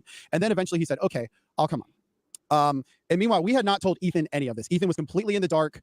And that's we had a little bit of a Josie Bryson Gray situation because that show was a hit, one of our most successful shows. Yeah, so well, in hindsight, we should have hit both Eric and Ethan up sooner. But anyway, from Eric's perspective, it looked like we were trying to like ambush him, surprise him, had on this guest that we knew was going to talk bad about him, and then the day of, 11:15, text him, hey, you want to come on, defend yourself? So from his perspective, it looked like we were kind of strong arming into it, and it basically kind of was a bad look. And for you, a bad look for you. Well, and Jimmy, we're losing viewers. I'm watching this. Our numbers are going down. No. Let me explain something to you, Jimmy. You're a dumbass. Okay, you have a mentally. So all that being said, thank you, Jimmy. I like Jimmy. So I know they demoted him to assistant to the producer, not assistant producer.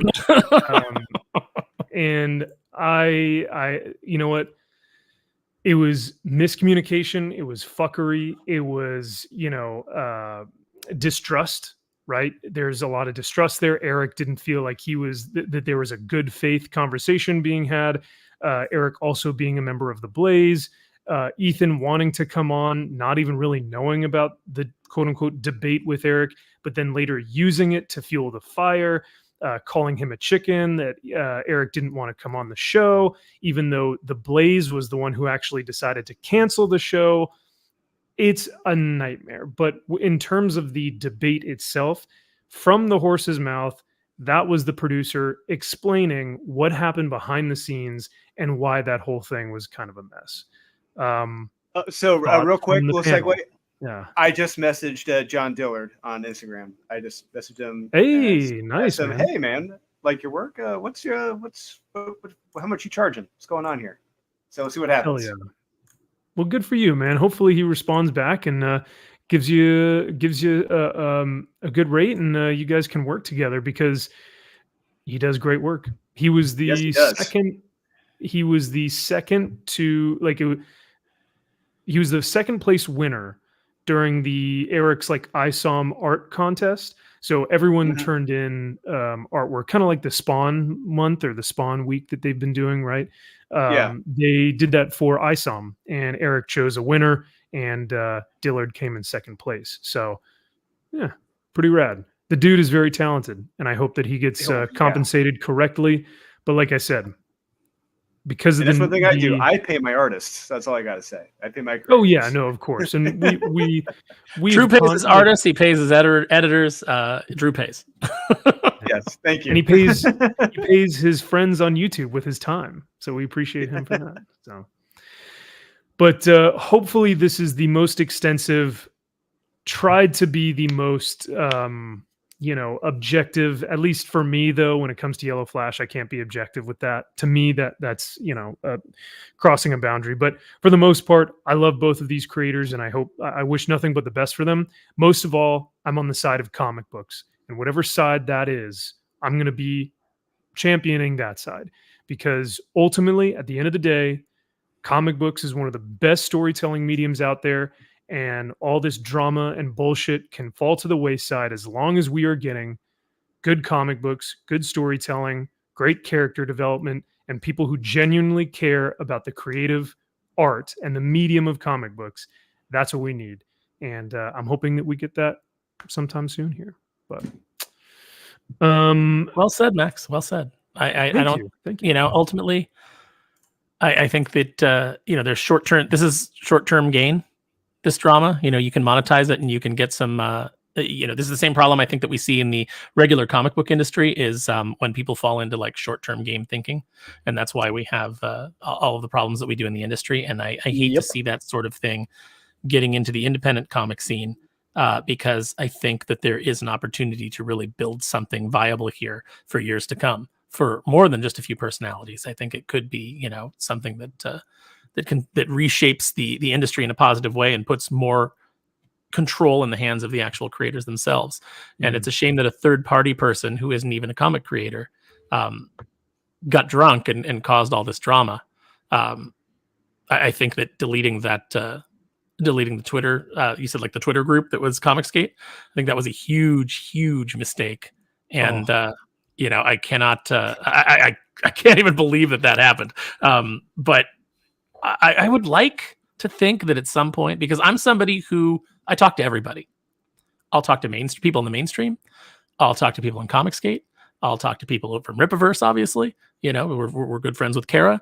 I try to I talk to people at Iconic. Yep. And a lot of these people don't like each other or have beef with each other. And I just keep everything that I'm told with me. I don't go around and go like, oh, you know what so-and-so said? And, and get their response and then run back to the other people. There's a lot of drama farmers that like to do that. I don't want any part of that. I would like to see a more unified front. This is the same problem that the Republican Party has and why they continually lose is because they divide into factions and they spend their time fighting each other instead of fighting the enemy. And I would like to see that stop in this space. I know it's good for YouTube drama, but ultimately, I would like it to be about the comics. Yep. Even if we do have drama, can we have it with drama that's like, the stuff that your boy Zach covers? That stuff is at least interesting because it's like these are people that are making genuinely bad comics and are villainizing us, the fans. Like, yes, tell me more about that. I want to hear about what those people are saying, right? Because that's awful. But these are people that, like, aren't we all trying to promote really good comics that we're all creating, like you said? We all talk to everyone. And I think that petty squabbles of saying, hey, I disagree with that. Oh, well, now we can't be on the same side it's really hurtful to everyone. And it's disingenuous because I guarantee there are people that I disagree with that I love. And yet I can make fun of them and point the finger and go, I don't agree with you at all on that. Like, Drew, your brother Kyle, all four of us make fun of his shitty takes, right? And we love the guy like crazy, but we will school him and burn him every time he has a shit take, which is a lot. Yeah. How many times have I said, shut up, Kyle? As a brother, how many times have I said, shut up, Kyle? Every day. It's daily, if not more than once a day. Yeah, right. Yeah. So, I mean, look, my hope, again, and this is going back to what I said, what EVS and what Eric present for the industry, the movement that they are kind of like the faces for at this point, whether they want to be or not, they are. If they can put the pettiness aside, I think it would have been funny if Eric and EVS came together, and when EVS was critiquing the script, if they just did it together, almost like, okay, let me help you out. It is kind of like taking jabs, but you just gotta, I don't know, you gotta man up and take it and set a better example. I'm gonna say this. I've said this before, and I'm gonna say it again. Every one of you guys needs an editor. And I know that seems self-serving. That's very apparent. And not that I think all of the CG book, there's obviously varying quality from book to book. Some need it more than others, but I think that everybody would benefit from it. I think that there's certainly things in every book that I've read that I'm like, oh, I could have helped you avoid that. Or I could have, given you a note on that. And I think there's a fear of like losing the creative control. Like if you have an editor, they're going to come in and you're going to fight with them. But I think Drew can attest that if you have a creative editor on your side, they're just going to help you avoid story pitfalls. They're going to point out things that maybe you didn't think of, that directions that you could take characters. Because when we're working on this stuff, we're all very close to it. And we form our own blind spots on our own work. So I think that, all this talk about quality and things like that, everybody get somebody who can help you do the best version of your story. And these guys are making really good money selling these books. It's not that expensive to get. It doesn't have to be me, but just get somebody who's a professional storyteller, professional editor that can sit there and go through your script and give you notes then you can choose to discard if you disagree. But at least you've got other pairs of eyes that are qualified to be looking at it, and that aren't what you need is a Maria Lucas. You need that type of person to look at your work. You don't need a Rick McCallum, a guy who's just like, it's great, everything you did is great here, it's fantastic, like that. And that's how we got the Star Wars prequels. I would rather you guys be making the original trilogy than Star Wars prequels. So and definitely more than I would like you to be making Star Wars sequels. So, just consider it. Also, like I want to just point out a comment. So Andino in the comments had put Eric can't handle it because he talks good game, but he knows nothing of comics. I think we also have to realize, as people that want to support the free thinkers creating products, Eric is new to the game. Like, there's going to be learning curves. He's going to have stuff that he's got to figure out, and the only way you're going to do that is with experience. What Eric has done, though, is he's tapped into a market unlike anyone else has in terms of getting something funded. There's a win-win here. There's benefits on both sides, and I'll even turn to Drew in terms of, like, you've got to kind of learn and hone your craft, because it is a craft. It is something you have to work and improve. If you talk to Drew will tell you up front where he was when he wrote his first comic. He is a completely different writer now. He is a better writer now. He's figured out how to pace books, how to lay out books. Like, he has gotten distinctively better as a writer from experience, from trial and error, from having other people that are around him give him feedback so he can learn from it. It's going to be true. A process. Yeah, you're 100% correct. Josh, because if you look at the very first time I wrote Born of Blood, it's very, very different. And it's honestly, it's because of guys like Aaron Sparrow and Joe Corallo, the other guy I have to give mad props to, like, really helping mold me into a better writer and just showing, like, points that wouldn't work, and I'd like to think I'm starting to catch a lot of those errors that I used to make a lot more when I was starting off a year or so ago.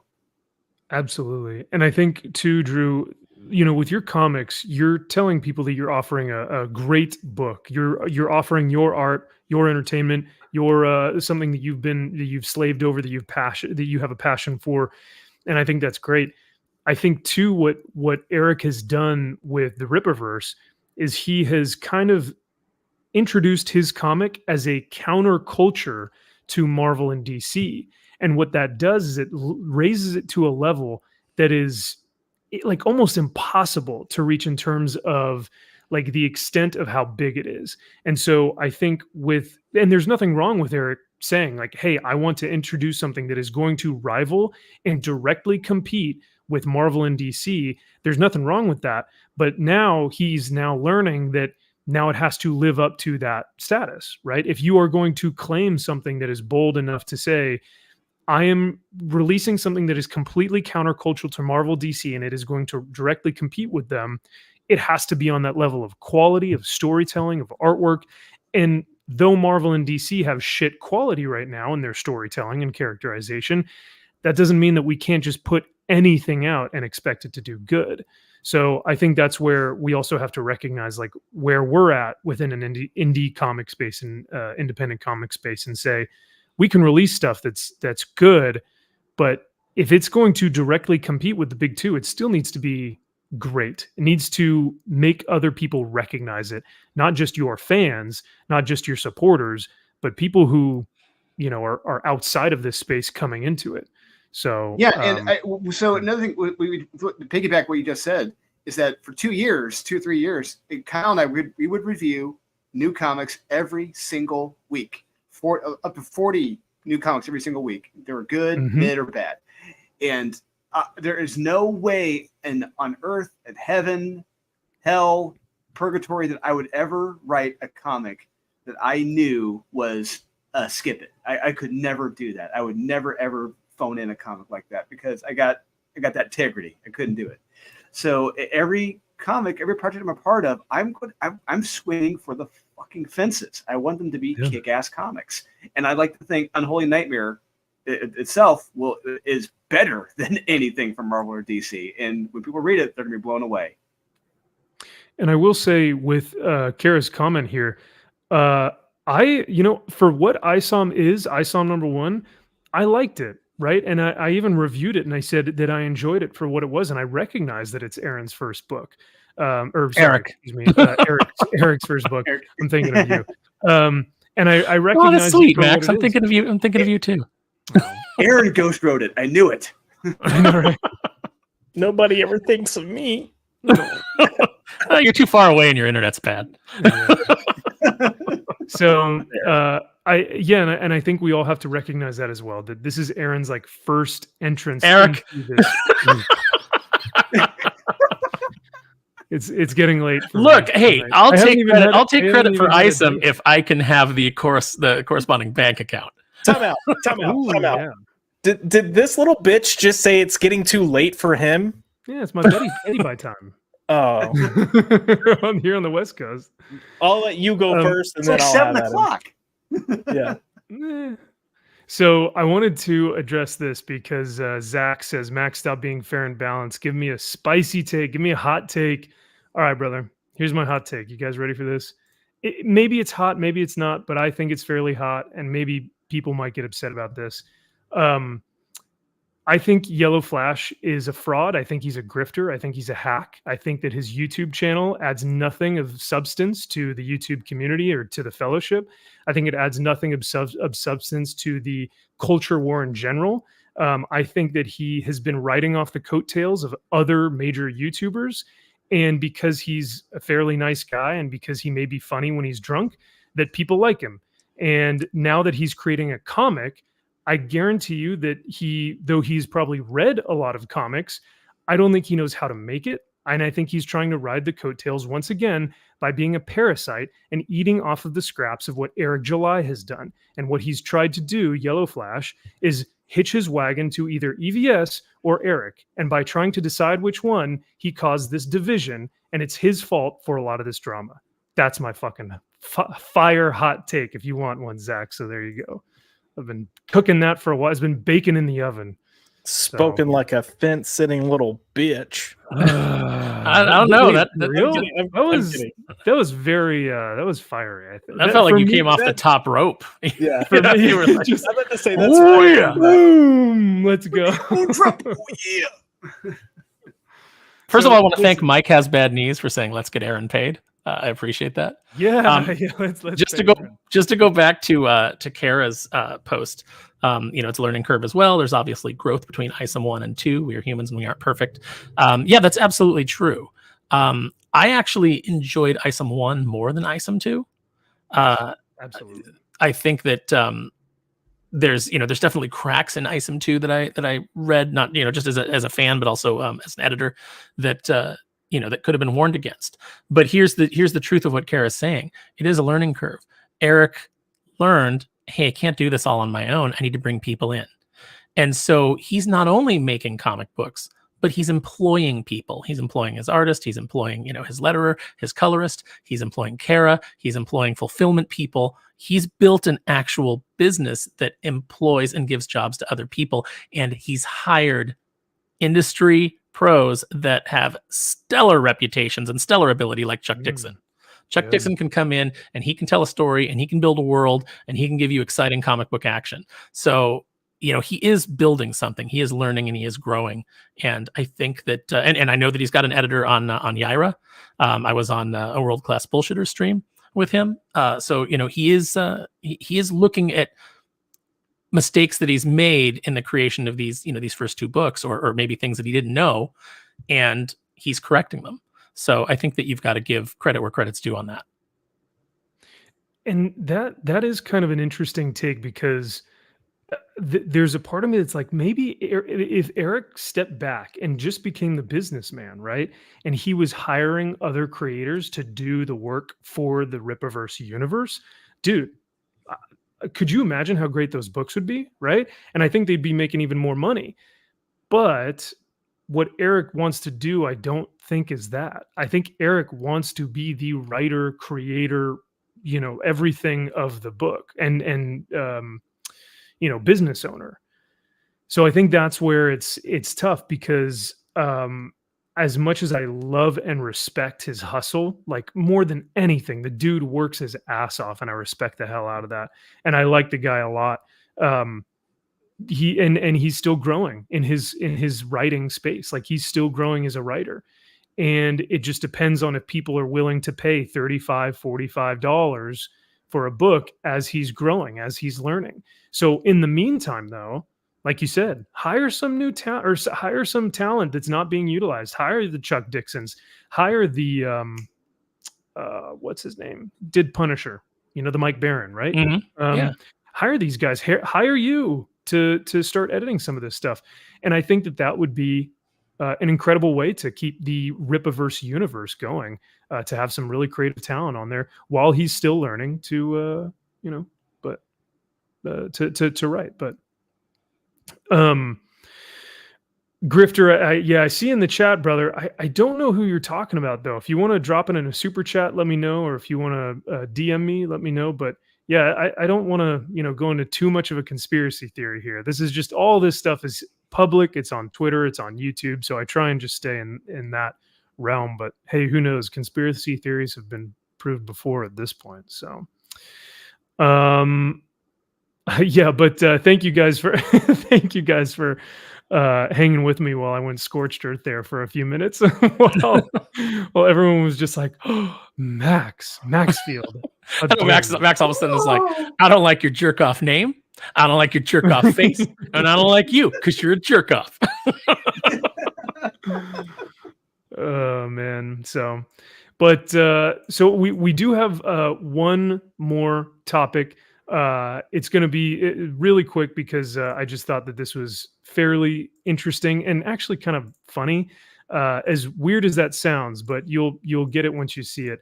So Gary, I mean, we all love Nerdrotic over at, or we all love Gary over at Nerdrotic, and some of his thumbnails from the great, the brilliant, the classique artist Perry Chan. Some of his stuff, some of his Photoshop is wild, and it's so funny. It is goofy, it's out there, it's offensive, it's everything. And for the most part, it gets clicks, right? It's bright, it's bold, it's whatever. So Perry's doing a great job with these. Wow. What did you say? It's hip. It's now. Yeah. It's wow. It's now, and it's wow. Aaron, keep your eye out, brother. Keep an eye out. Oh, thank you, Kara. Yeah. I also want to thank Cajun Corey before I forget. He put in the chat, Aaron and Murphy's work on Death Rage was great. I really enjoyed that comic series. Thank you so much, man. That was a weird experience, and I'll talk about it more sometime. It was a great experience, but it's the first time I've ever come in where 4 issues are technically done of like 2 different books, and then been asked to like kind of reimagine them and bring them closer together and kind of make a more cohesive universe out of them. And I had a lot of fun working with Murphy on and doing just that. And I think that Death Rage came out a little bit better than Miss Meow. But I'm proud of both of those books with the way that we pulled those off. So yeah, Death Rage is just fun. Death Rage is wild and crazy and fun. I love that hallucination issue where he's just the art changes. I love that issue. Oh yeah, where we got James Silvani to come in. Yeah, the first issue. And James came in and drew and Emilio Urnola was the artist on that book, and Gaston Zubeldia, the colorist. And of course, great letters by Joel Rodriguez, which really got called out in a review that I saw. They really focused on the letters, which is nice because letters don't often get that much recognition. But everybody on that was just really excited about it and trying to do their best work. So I'm glad that you enjoyed it. Hell yeah. Yeah, I remember Cajun, we were at Dallas Fan Expo, and he came up to the Merc booth, and he said, so what you got for me, right? Give me your pitch. And so we said, well, if you like, sexy ladies, you might want to go for Miss Meow. But if you like sexy, strong ladies, you might want to check out Born of Blood. But if you love a kind of a crazy, assassin, funny Deadpool-like character with more violence, with more action, with more everything, go with Death Rage, right? And he goes, yeah, I'll take Death Rage then. He bought the whole set there. It was awesome. And so Cajun, I'm really glad to hear that you liked it. But and yes, thank you, Mila. I appreciate it. And to our wonderful, beautiful Kara, love you, and I'm sorry I couldn't hang out with you this morning. But let's all give a huge congratulations to Kara for getting past 4K subs on her YouTube channel. Hell yeah! Let's start the wrestling chant. You deserve it. You deserve it. So in lieu of what's on the screen right now, I'll do this. Oh, I see. Okay, I see what you did there. Yeah, we have to snap or do this. Can we do jazz hands? Because some people are very triggered by applause. This is applause and ASL, man. Come on. I know it is. I dated somebody who knew ASL. I learned a little bit and then promptly forgot it. So, Josh, are you clapping at this Twitter post saying that they want to have sex with Gary? I mean, look, I have been around Gary. I've sat at a table, with him and had conversations, and he seems like a very nice, sweet man. So who wouldn't? Who wouldn't? I mean, he seems like a cuddler, and afterwards you could just watch Lord of the Rings. Who wouldn't enjoy that? Yeah, or talk about comics.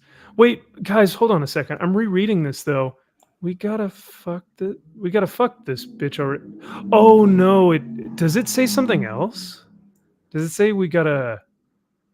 Is that a death threat? Is that what I'm reading? Shit this bitch. Oh. Shit this bitch. We gotta hug. We gotta hug this bitch already. Yeah. But with two G's to make it extra gangsta. Yeah. I love that first comment. He won't date you. Yeah, right. He's married. He's married. He's not gonna date you. The only thing he'll do is cry. Yes. Oh, so funny. But yeah, no, these are the people that are openly sending death threats to a dude, not because they've watched his video, but because they were meanie poo poo upset by the thumbnail. And it's like or the comment Marvel goes off the reservation. Well, maybe that too. I mean, I thought my comment was worse. I like immediately when this show dropped, I think I told you guys that this is the worst thing to happen to Native Americans since the Trail of Tears. Oh no. I remember that. I do not associate with Aaron's no, I'm kidding.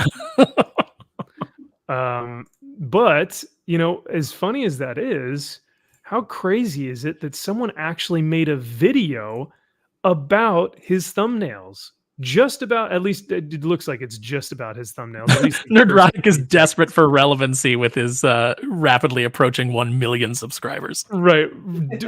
Rapidly approaching 1 million. Like, I think he's at 960, 950 or something. Those days are behind him. Am I right? Am I right? Am I right? And this first comment says, this video is the YouTube definition of projection. So but I mean, you know what? Hey, I always try and keep things objective on here. I try to be fair and balanced. So let's give him a listen. Let's 648 subs, man, versus Gary's 960. Hell yeah. I can see where this guy has he's just got the gravitas to make that statement that has relevancy. Manipulation, lying, horrendous thumbnails, and constant spewing of the term woke in MCU is pretty funny. I mean, come on. Even though people who hate it, Grace Randolph herself was like, as offensive as the MCU is, there's no denying that it's real. And it's like, wait, you just didn't a lot of Cox say MCU on the red carpet in ASL? Her translator said MCU. Yeah, there you go. MCU. Yeah. It's undeniable at this point. But you know what? This guy has a kind of a British accent, so I think that that gives him. I think I want to listen to him. Yeah. Is something we don't often see put together, let alone all four coming from one person. A person who has somehow managed to garner an audience of over 900k large off the back of pretending to care about the media he watches. Oh, Gary cares about the media he watches. Yeah, pretending to care about it. No. Not that the dude owned a comic shop. Not that his entire room is filled with, I would say, easily over 6 figures of easily comic books, movies. I mean, the collectibles alone, like the exclusive stuff that like no one can get their hands on. This dude has it. You go, I wonder if they've made an action figure of it. And he'll go, they have, and I have it, and I own it. It's right back here. Here it is. Yeah. Yeah. So the only thing I think that maybe I might own that he doesn't, because he's got a lot of those 90s Toy Biz figures. He's got all those on his wall. And I think the only thing I might have that he doesn't is I have one of the living laser prototype figures that was never released. So that may be the only thing I have that Gary doesn't. Dang, I guess we're gonna have to find out soon, though. But I'd ask him. But even though you own that, it doesn't mean you actually care about that, content. No, I just pretend to. Right. I You wouldn't spent spend tens hundreds. of tens and probably $100,000 at this point on geek stuff. I'm not sitting here at a desk that is littered with action figures and paint so that I can make my own action figures that they don't even make. Yeah, we're all just fake fans. It's not like you and I watched Gary run around like a madman and buy more Hot Toys for his collection, while we were at LA Comic-Con. He's just pretending. And I guarantee you, like even when we were at San Diego Comic-Con a few years back, I'm pretty sure he bought doubles of stuff. He was like, I forget if I have this or not, so I just bought a second one just in case I have it. I don't have it or I do. Like he loves this stuff, man. Not just the consumerism of it or the actual items themselves, but that's what we as collectors do. We love this medium of whether it's comics or movies or video games. So we're going to surround ourselves with the things that we enjoy with our escapist material. But anyway, that's besides the point. We'll hear him out some more and what he has to say about the thumbnails. Hey guys, it's the Pink King here, and today's video is one I've been wanting to make for a while now, ever since I covered the Critical Drinker. As when watching Drinker, I stumbled upon a rabbit hole that just led me deeper and deeper, with me finding probably the loudest one of them all, Nerdrotic. For those of you That's not true. That's not true. Az is much louder. Az is much, much louder than Gary could ever be. Actually, Gary is fairly calm. Mhm. Yeah. But now, we'll have to watch the one that he did about Drinker, though. Supposedly, the Pink King has done a Drinker video, so we'll have to watch that one next. Az is going to be Nerdrotic pissed. is a commentary. What? Az is going to be pissed. Oh, yeah. Can we also acknowledge who I feel is pure poison? How gay the name the Pinky King is? Like, what the fuck, man? I think it's just the Pink King. Oh, but it's still fucking gay. It's still bad. And you're British. I mean, is it a derogatory term? Like he likes chicks? Never mind. I'm not going to say anything. One in the Pink King. Yeah, one in the something like Stink that. One of the King? things. Yeah, he likes the. Yeah. Likes the, pink. The lady men. I don't know. Maybe. We should put a comment in his. Put a comment and ask him. Oh yeah. Well, I mean, out of the 241 comments and 330 downvotes, I'm sure he'll see it at some point. To the YouTube platform, specifically the film side of the platform. Don't believe me? Well, let's just take a look at his channel, will we? Okay. These you might know these are great. These are the best ones. He chose like the best ones to promote him. Oh, anytime anyone uses that Rachel Ziegler going, oh, weird. It's weird. It's weird. And the Ray with the big muscles. Oh, you gotta. And there's Cartman Kennedy.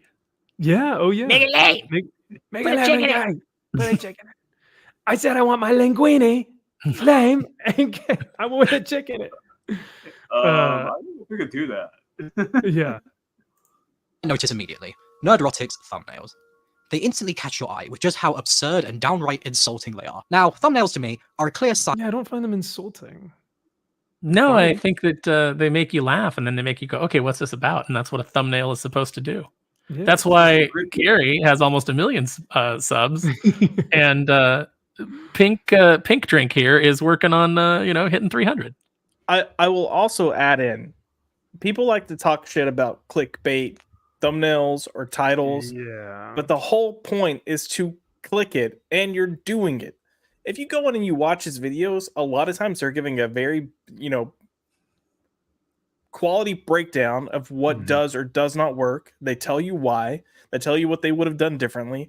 It's not just someone being like, someone pulling a yellow flash being like, it's woke, and that's it. Like, oh, there you go. Sorry, let me throw that out there. But it's not somebody just like going through and just reading an article off of a website and then occasionally throwing in, a not very insightful comment. and then just at the end you've just watched somebody read an article for you. Yes, yeah, no, that really is. And even like a Ryan Kinnell, I respect more and I have more enjoyment out of, because he's charismatic. He can do these one take videos where he's got energy and charisma, and he's referencing like different articles. So maybe he is a news source, right? He's reading these articles, but he's also offering a take that people can enjoy for like bite-sized little moments of their day, like 3 to 4 minutes, get exactly what they need to know, and then they can get out of there. And if you've actually talked to Ryan like in person, he's actually a really genuine, like kind person, but he really doesn't want anyone to know. And the fact that he's actually like very intelligent. Yeah, no, I had a great conversation with him at the meetup we went to. Yeah. So yeah, well, and another thing that I find funny on the video is that the Pink King decided to choose this thumbnail as well, which is like, hey, this is him giving praise to the One Piece show, and it's a triumph, right? Like it's awesome, the best show of 2023. So Gary does talk about the things that he likes as much as he talks about the things that he dislikes. There's just more to not like right now, yeah. And that's 100% what a lot of these channels are saying, is like, we would love to talk about the things that we like, but unfortunately there's just way more shit out there. But sign of somebody's intentions. Reason being, it's the first thing you see when you watch a video. It's the first impression you're given to that video. Yes, 100. That's Josh. The point of a thumbnail. Yeah, you nailed it. Like, if you're on YouTube, how do I want to create my thumbnail? It's catchy. It needs to be something that's about the topic I'm going to talk about, right? Like, you can't just put a black screen with like one image and just go, oh, this is a brilliant like research, blah, blah, blah, blah. You need something that's going to actually have someone, be interested in what you're talking about. It's the cover of a book. It's the cover of a DVD. It's any of that. It's clickbait. Dude, you named your video Nerdrotic is desperate for relevancy. You put out a hypothesis so that when people see it, they go, okay, now let me click on this and see him, if he can prove his thesis. Yeah, absolutely. You didn't just put this video is about Gary. Yeah, the title is just, I made a video about Gary from Nerdrotic. Uh-huh. Now, granted, for some channels like Moist Critical, that works. He'll make a video because he's got 15 million subscribers. He'll just write a video that says, I watched a movie, and 2 million views, the next day. It's like the one about Gary. That's the name of the video. It's just titled Gary. That's it. Just his name. Why clickbaiting is so looked down upon, because you're just lying to the viewer. You're promising one thing but giving them something completely different. Now, No. What? A clickbait is, I think for his definition, clickbait is, I'm going to post something crazy and wild and out there and then never touch on that topic. But every thumbnail that Gary puts out there, that's I don't even need to explain it. It's putting this guy is lying. He's lying, and he knows he's lying. This is all bullshit. Oh, do you think so? Oh, at 100%, this guy is full of shit, and he knows he's full of shit. Okay. Yeah, I was about to say, is this stupid or evil? Right? Is it incompetence or is it maliciousness? Just maliciousness. Maybe a little bit of both. Maybe, I don't know. But now, I'm not one to say you've got to give everything away with your thumbnail. After all, I like to get creative with mine as well. But the difference here is that these thumbnails are a pathetic attempt to get people's attention. He likes to use Hollywood in big letters, likes to use woke in big letters. He likes to use actors' faces and turn them into the strangest of things, whether it's related to the video or not. After all, why is Tom Hanks here? Why is he That's a great question. I don't know. Let's click on the video and see.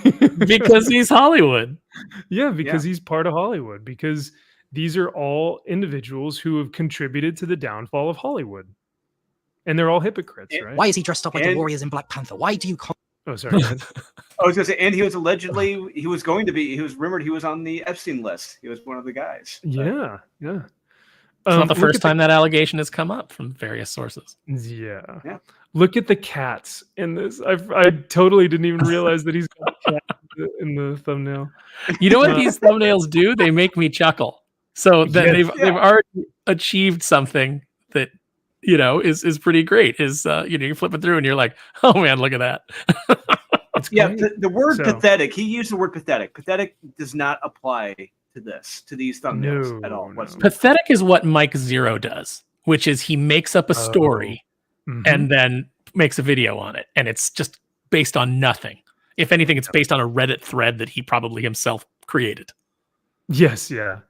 Then what's so funny about this too is Perry Chan, who is the great Perry Chan. Hail to you, brother! If you're out there watching, love your stuff, and can't wait to see you soon again, hopefully in Vegas.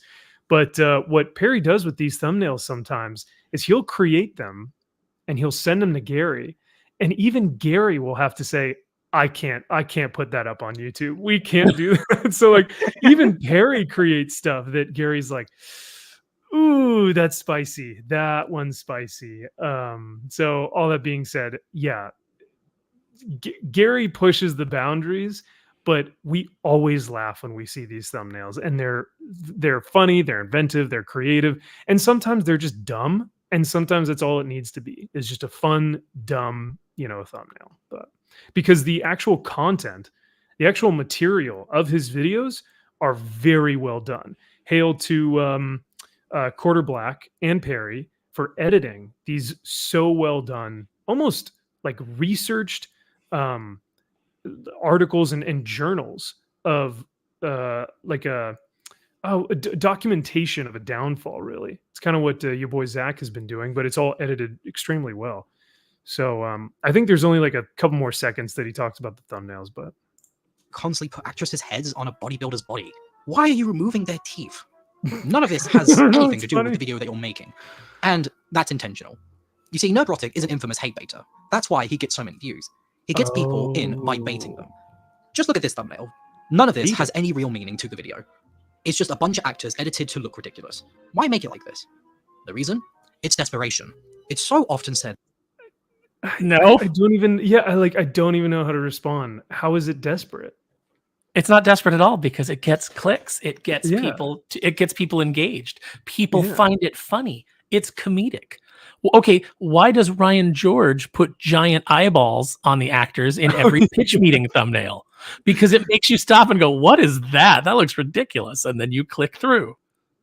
100%. It's not desperate. It's marketing. Oh, too funny. It's bringing but yeah, energy. It's bringing a sense of humor to it, and which is something that a lot of YouTubers don't have. That's something that a lot of stands that are mad about Gary's videos don't have. The reason that you don't like it is because it's humorous and you don't like humor. Yeah. It's funny. I always love watching those videos that we bring up on here because you can tell that they don't like the success that these YouTube channels are having. You can tell that it just stems from a place of either insecurity or jealousy maybe. But it is funny to see Gary do so well because the dude has been grinding for a long time. He loves this medium, and if you ever get to talk to him in person, I'd highly recommend asking him what some of his favorite things are, because he will go on for the next hour telling you about every single piece of medium that he loves, some of the stuff that you've never even heard of before that he'll recommend to you. So the guy's an encyclopedia of knowledge in nerddom, and we love him for it. So just another funny video of some detractors. But so that should just about do it for tonight. And I know it's been a little bit longer than usual, but we had to cover a ton of the drama gate, if you will. And it's been amazing. So thank you guys. Thank you to the panel for adding their commentary and adding their such insightful views on a lot of this stuff, because you tend to get one side or the other. And I love what these guys do, which is offer a very based, very human take. You guys tend to comment on things the best way that you know how, which is to take both sides and to kind of be just like a normal human being and come up with like a very understanding take. But a lot of people don't like that because they think it's more fence sitting, right? But I appreciate you guys for that. So, are you talking to us? Yeah, yeah. Oh, thank you. Thank you. No, I mean, I think that we just try to think things through. We try not to be reactionary. And, whether you agree or you disagree, at least we're always trying to give you our honest take on something and, the kind of thoughts that we have. I think one of our biggest complaints in these spaces is, part of the reason that we love doing YouTube is because there's so many spaces where you're not allowed to ask questions. You're not allowed to make jokes. You're not allowed to, to discuss these things. You're just supposed to accept the dogma, just suck it down and then ask for the next, little bit of programming. And none of us have ever been that way. So, we want to know what's going on. We want to be able to ask the questions. We want to be able to have these discussions and have them with you guys in the chat. You're perfectly welcome to disagree with us. We will, as long as you're doing it respectfully, we will respond respectfully. When we had some people disagreeing with this in the chat tonight, and that's totally fun. Yeah. But I was just gonna say I know I'm fucking awesome, and I was waiting for you to actually say something that was worthy of my presence. But that's right. Show off that sexy little helmet. No, and look, I will say this. I think the reason we tend to have good conversations, especially between the four of us, is we all know we're coming from a place of good faith, and that's something that we've brought up before that people not having when they come into conversations. And there's times that we all have disagreed with one another, but we still show up here every week. We still are friends. We still communicate on a daily basis, and it's because we know where we come from. And then sometimes some of us might have base takes, like Wakanda Forever is a great film that nobody else understands, or some Yahoo might think Conan the Barbarian was the #1 comic of 2023. I take back what I said about Josh. Drew and Aaron, thank you guys for your base takes, and it really I'm so happy that you guys are part of my the panelists. Wait, how'd you get back onto here? Get out of here! He fought his way off a hold. Sneaky homosexual. Too funny. But yes, no, you know what, and that is something that I respect. That Josh will and that's the thing. Josh will defend Wakanda Forever. He won't say it's the best movie ever, but he will say that he enjoyed it. But he gives fucking reasonings why. He will tell you, here's the character development, or here's the plot line that I enjoyed, or here's the cinematography, or whatever it is that he liked, which I can't find a reason why he would like it, but for some reason he does. And I can do the same thing with my Conan pick, and why I can say Conan was the best comic book of 2023. As long as you can provide the essence of your argument, the points of your argument, why you feel a certain way, it's all good. But nothing, you don't want to defend Wakanda Forever? I was just gonna say, I got so much shit for saying it was the best movie of Phase 4. That was my exact words. And then I said what I liked. Oh, it's 100% the best movie of Phase 4. Yeah, because Guardians is Phase 5, so by default, it is the best movie of Phase 4. Oh. Yep. Wow, what a low bar. Yeah. Thor: Love and Thunder, Ant-Man and the Wasp: Quantumania, Black Widow, Black Widow, Doctor Strange and the Multiverse of Madness, Shang-Chi, Eternals. Oh, It's Eternal! like saying you're the smartest dumb kid. Yeah. You're Kansas's #1 surfer. And Mike is right. I'm always there to support strong black women, because we know every gay man has a strong black woman inside of him. He just has to get drunk enough. Oh, okay. All right. Wait. I think, wait. Okay, so that's our show for tonight. Our show. We have the best chat. Our chat is awesome. We do have the best chat. We love you.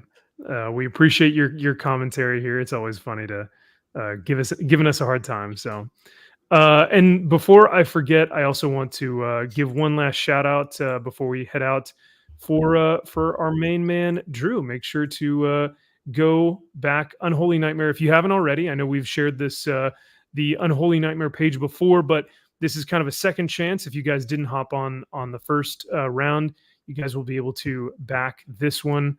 And we've been talking about indie comics a lot tonight, but if you guys do want something that's quality, something that comes from someone who's extremely passionate about the art form of comic books and the storytelling medium, I would highly recommend to go check this out. because hey, I bought myself a copy because if Death Rage and Miss Meow and Born of Blood are any indication of quality, then this will also follow that just as well. So 100%. I thank you. Aurelio thanks you. And now Aaron, editor of Unholy Nightmare, thanks you. I do. I thank you a lot.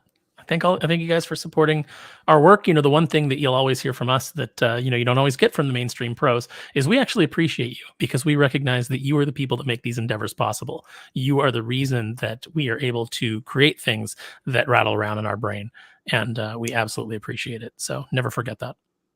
Amen. Amen. Well said. I couldn't have said it better myself. And so with that, we shall end the night. Thank you guys as always for hanging out with us. If you were new to this stream, we had almost, I think at one point we had almost 90 viewers tonight, which is pretty big for the show. And so I can't thank you guys enough for your support.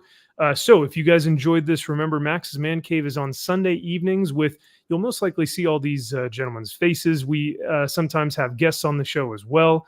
You can also subscribe to MVP, where we do a weekly show on Friday nights, and we talk about all the comics that came out that week, and we give an in-depth review of each one. And I paint with X-Ray Girl, Kara, and Steph on Sunday mornings. We do Warhammer and paint streams with some 3D models and stuff, and that's always a blast as well. And finally, I have to shill for my Warhammer channel, which is an eensy-weensy baby. It's still in its infancy, but it's a lot of fun to do. It's a side project. It's a fun hobby. And I love getting to, put out some lore videos every now and then. And it's a great way to just kind of embrace the Warhammer universe. And for those who are just getting into it, maybe this is a great start for you to check out the new page. So with that being said, thank you to the chat. Thank you to all the new, subscribers or members or viewers. And we will see you guys next time. Remember to reject modernity and embrace your legacy. And we'll see you guys soon.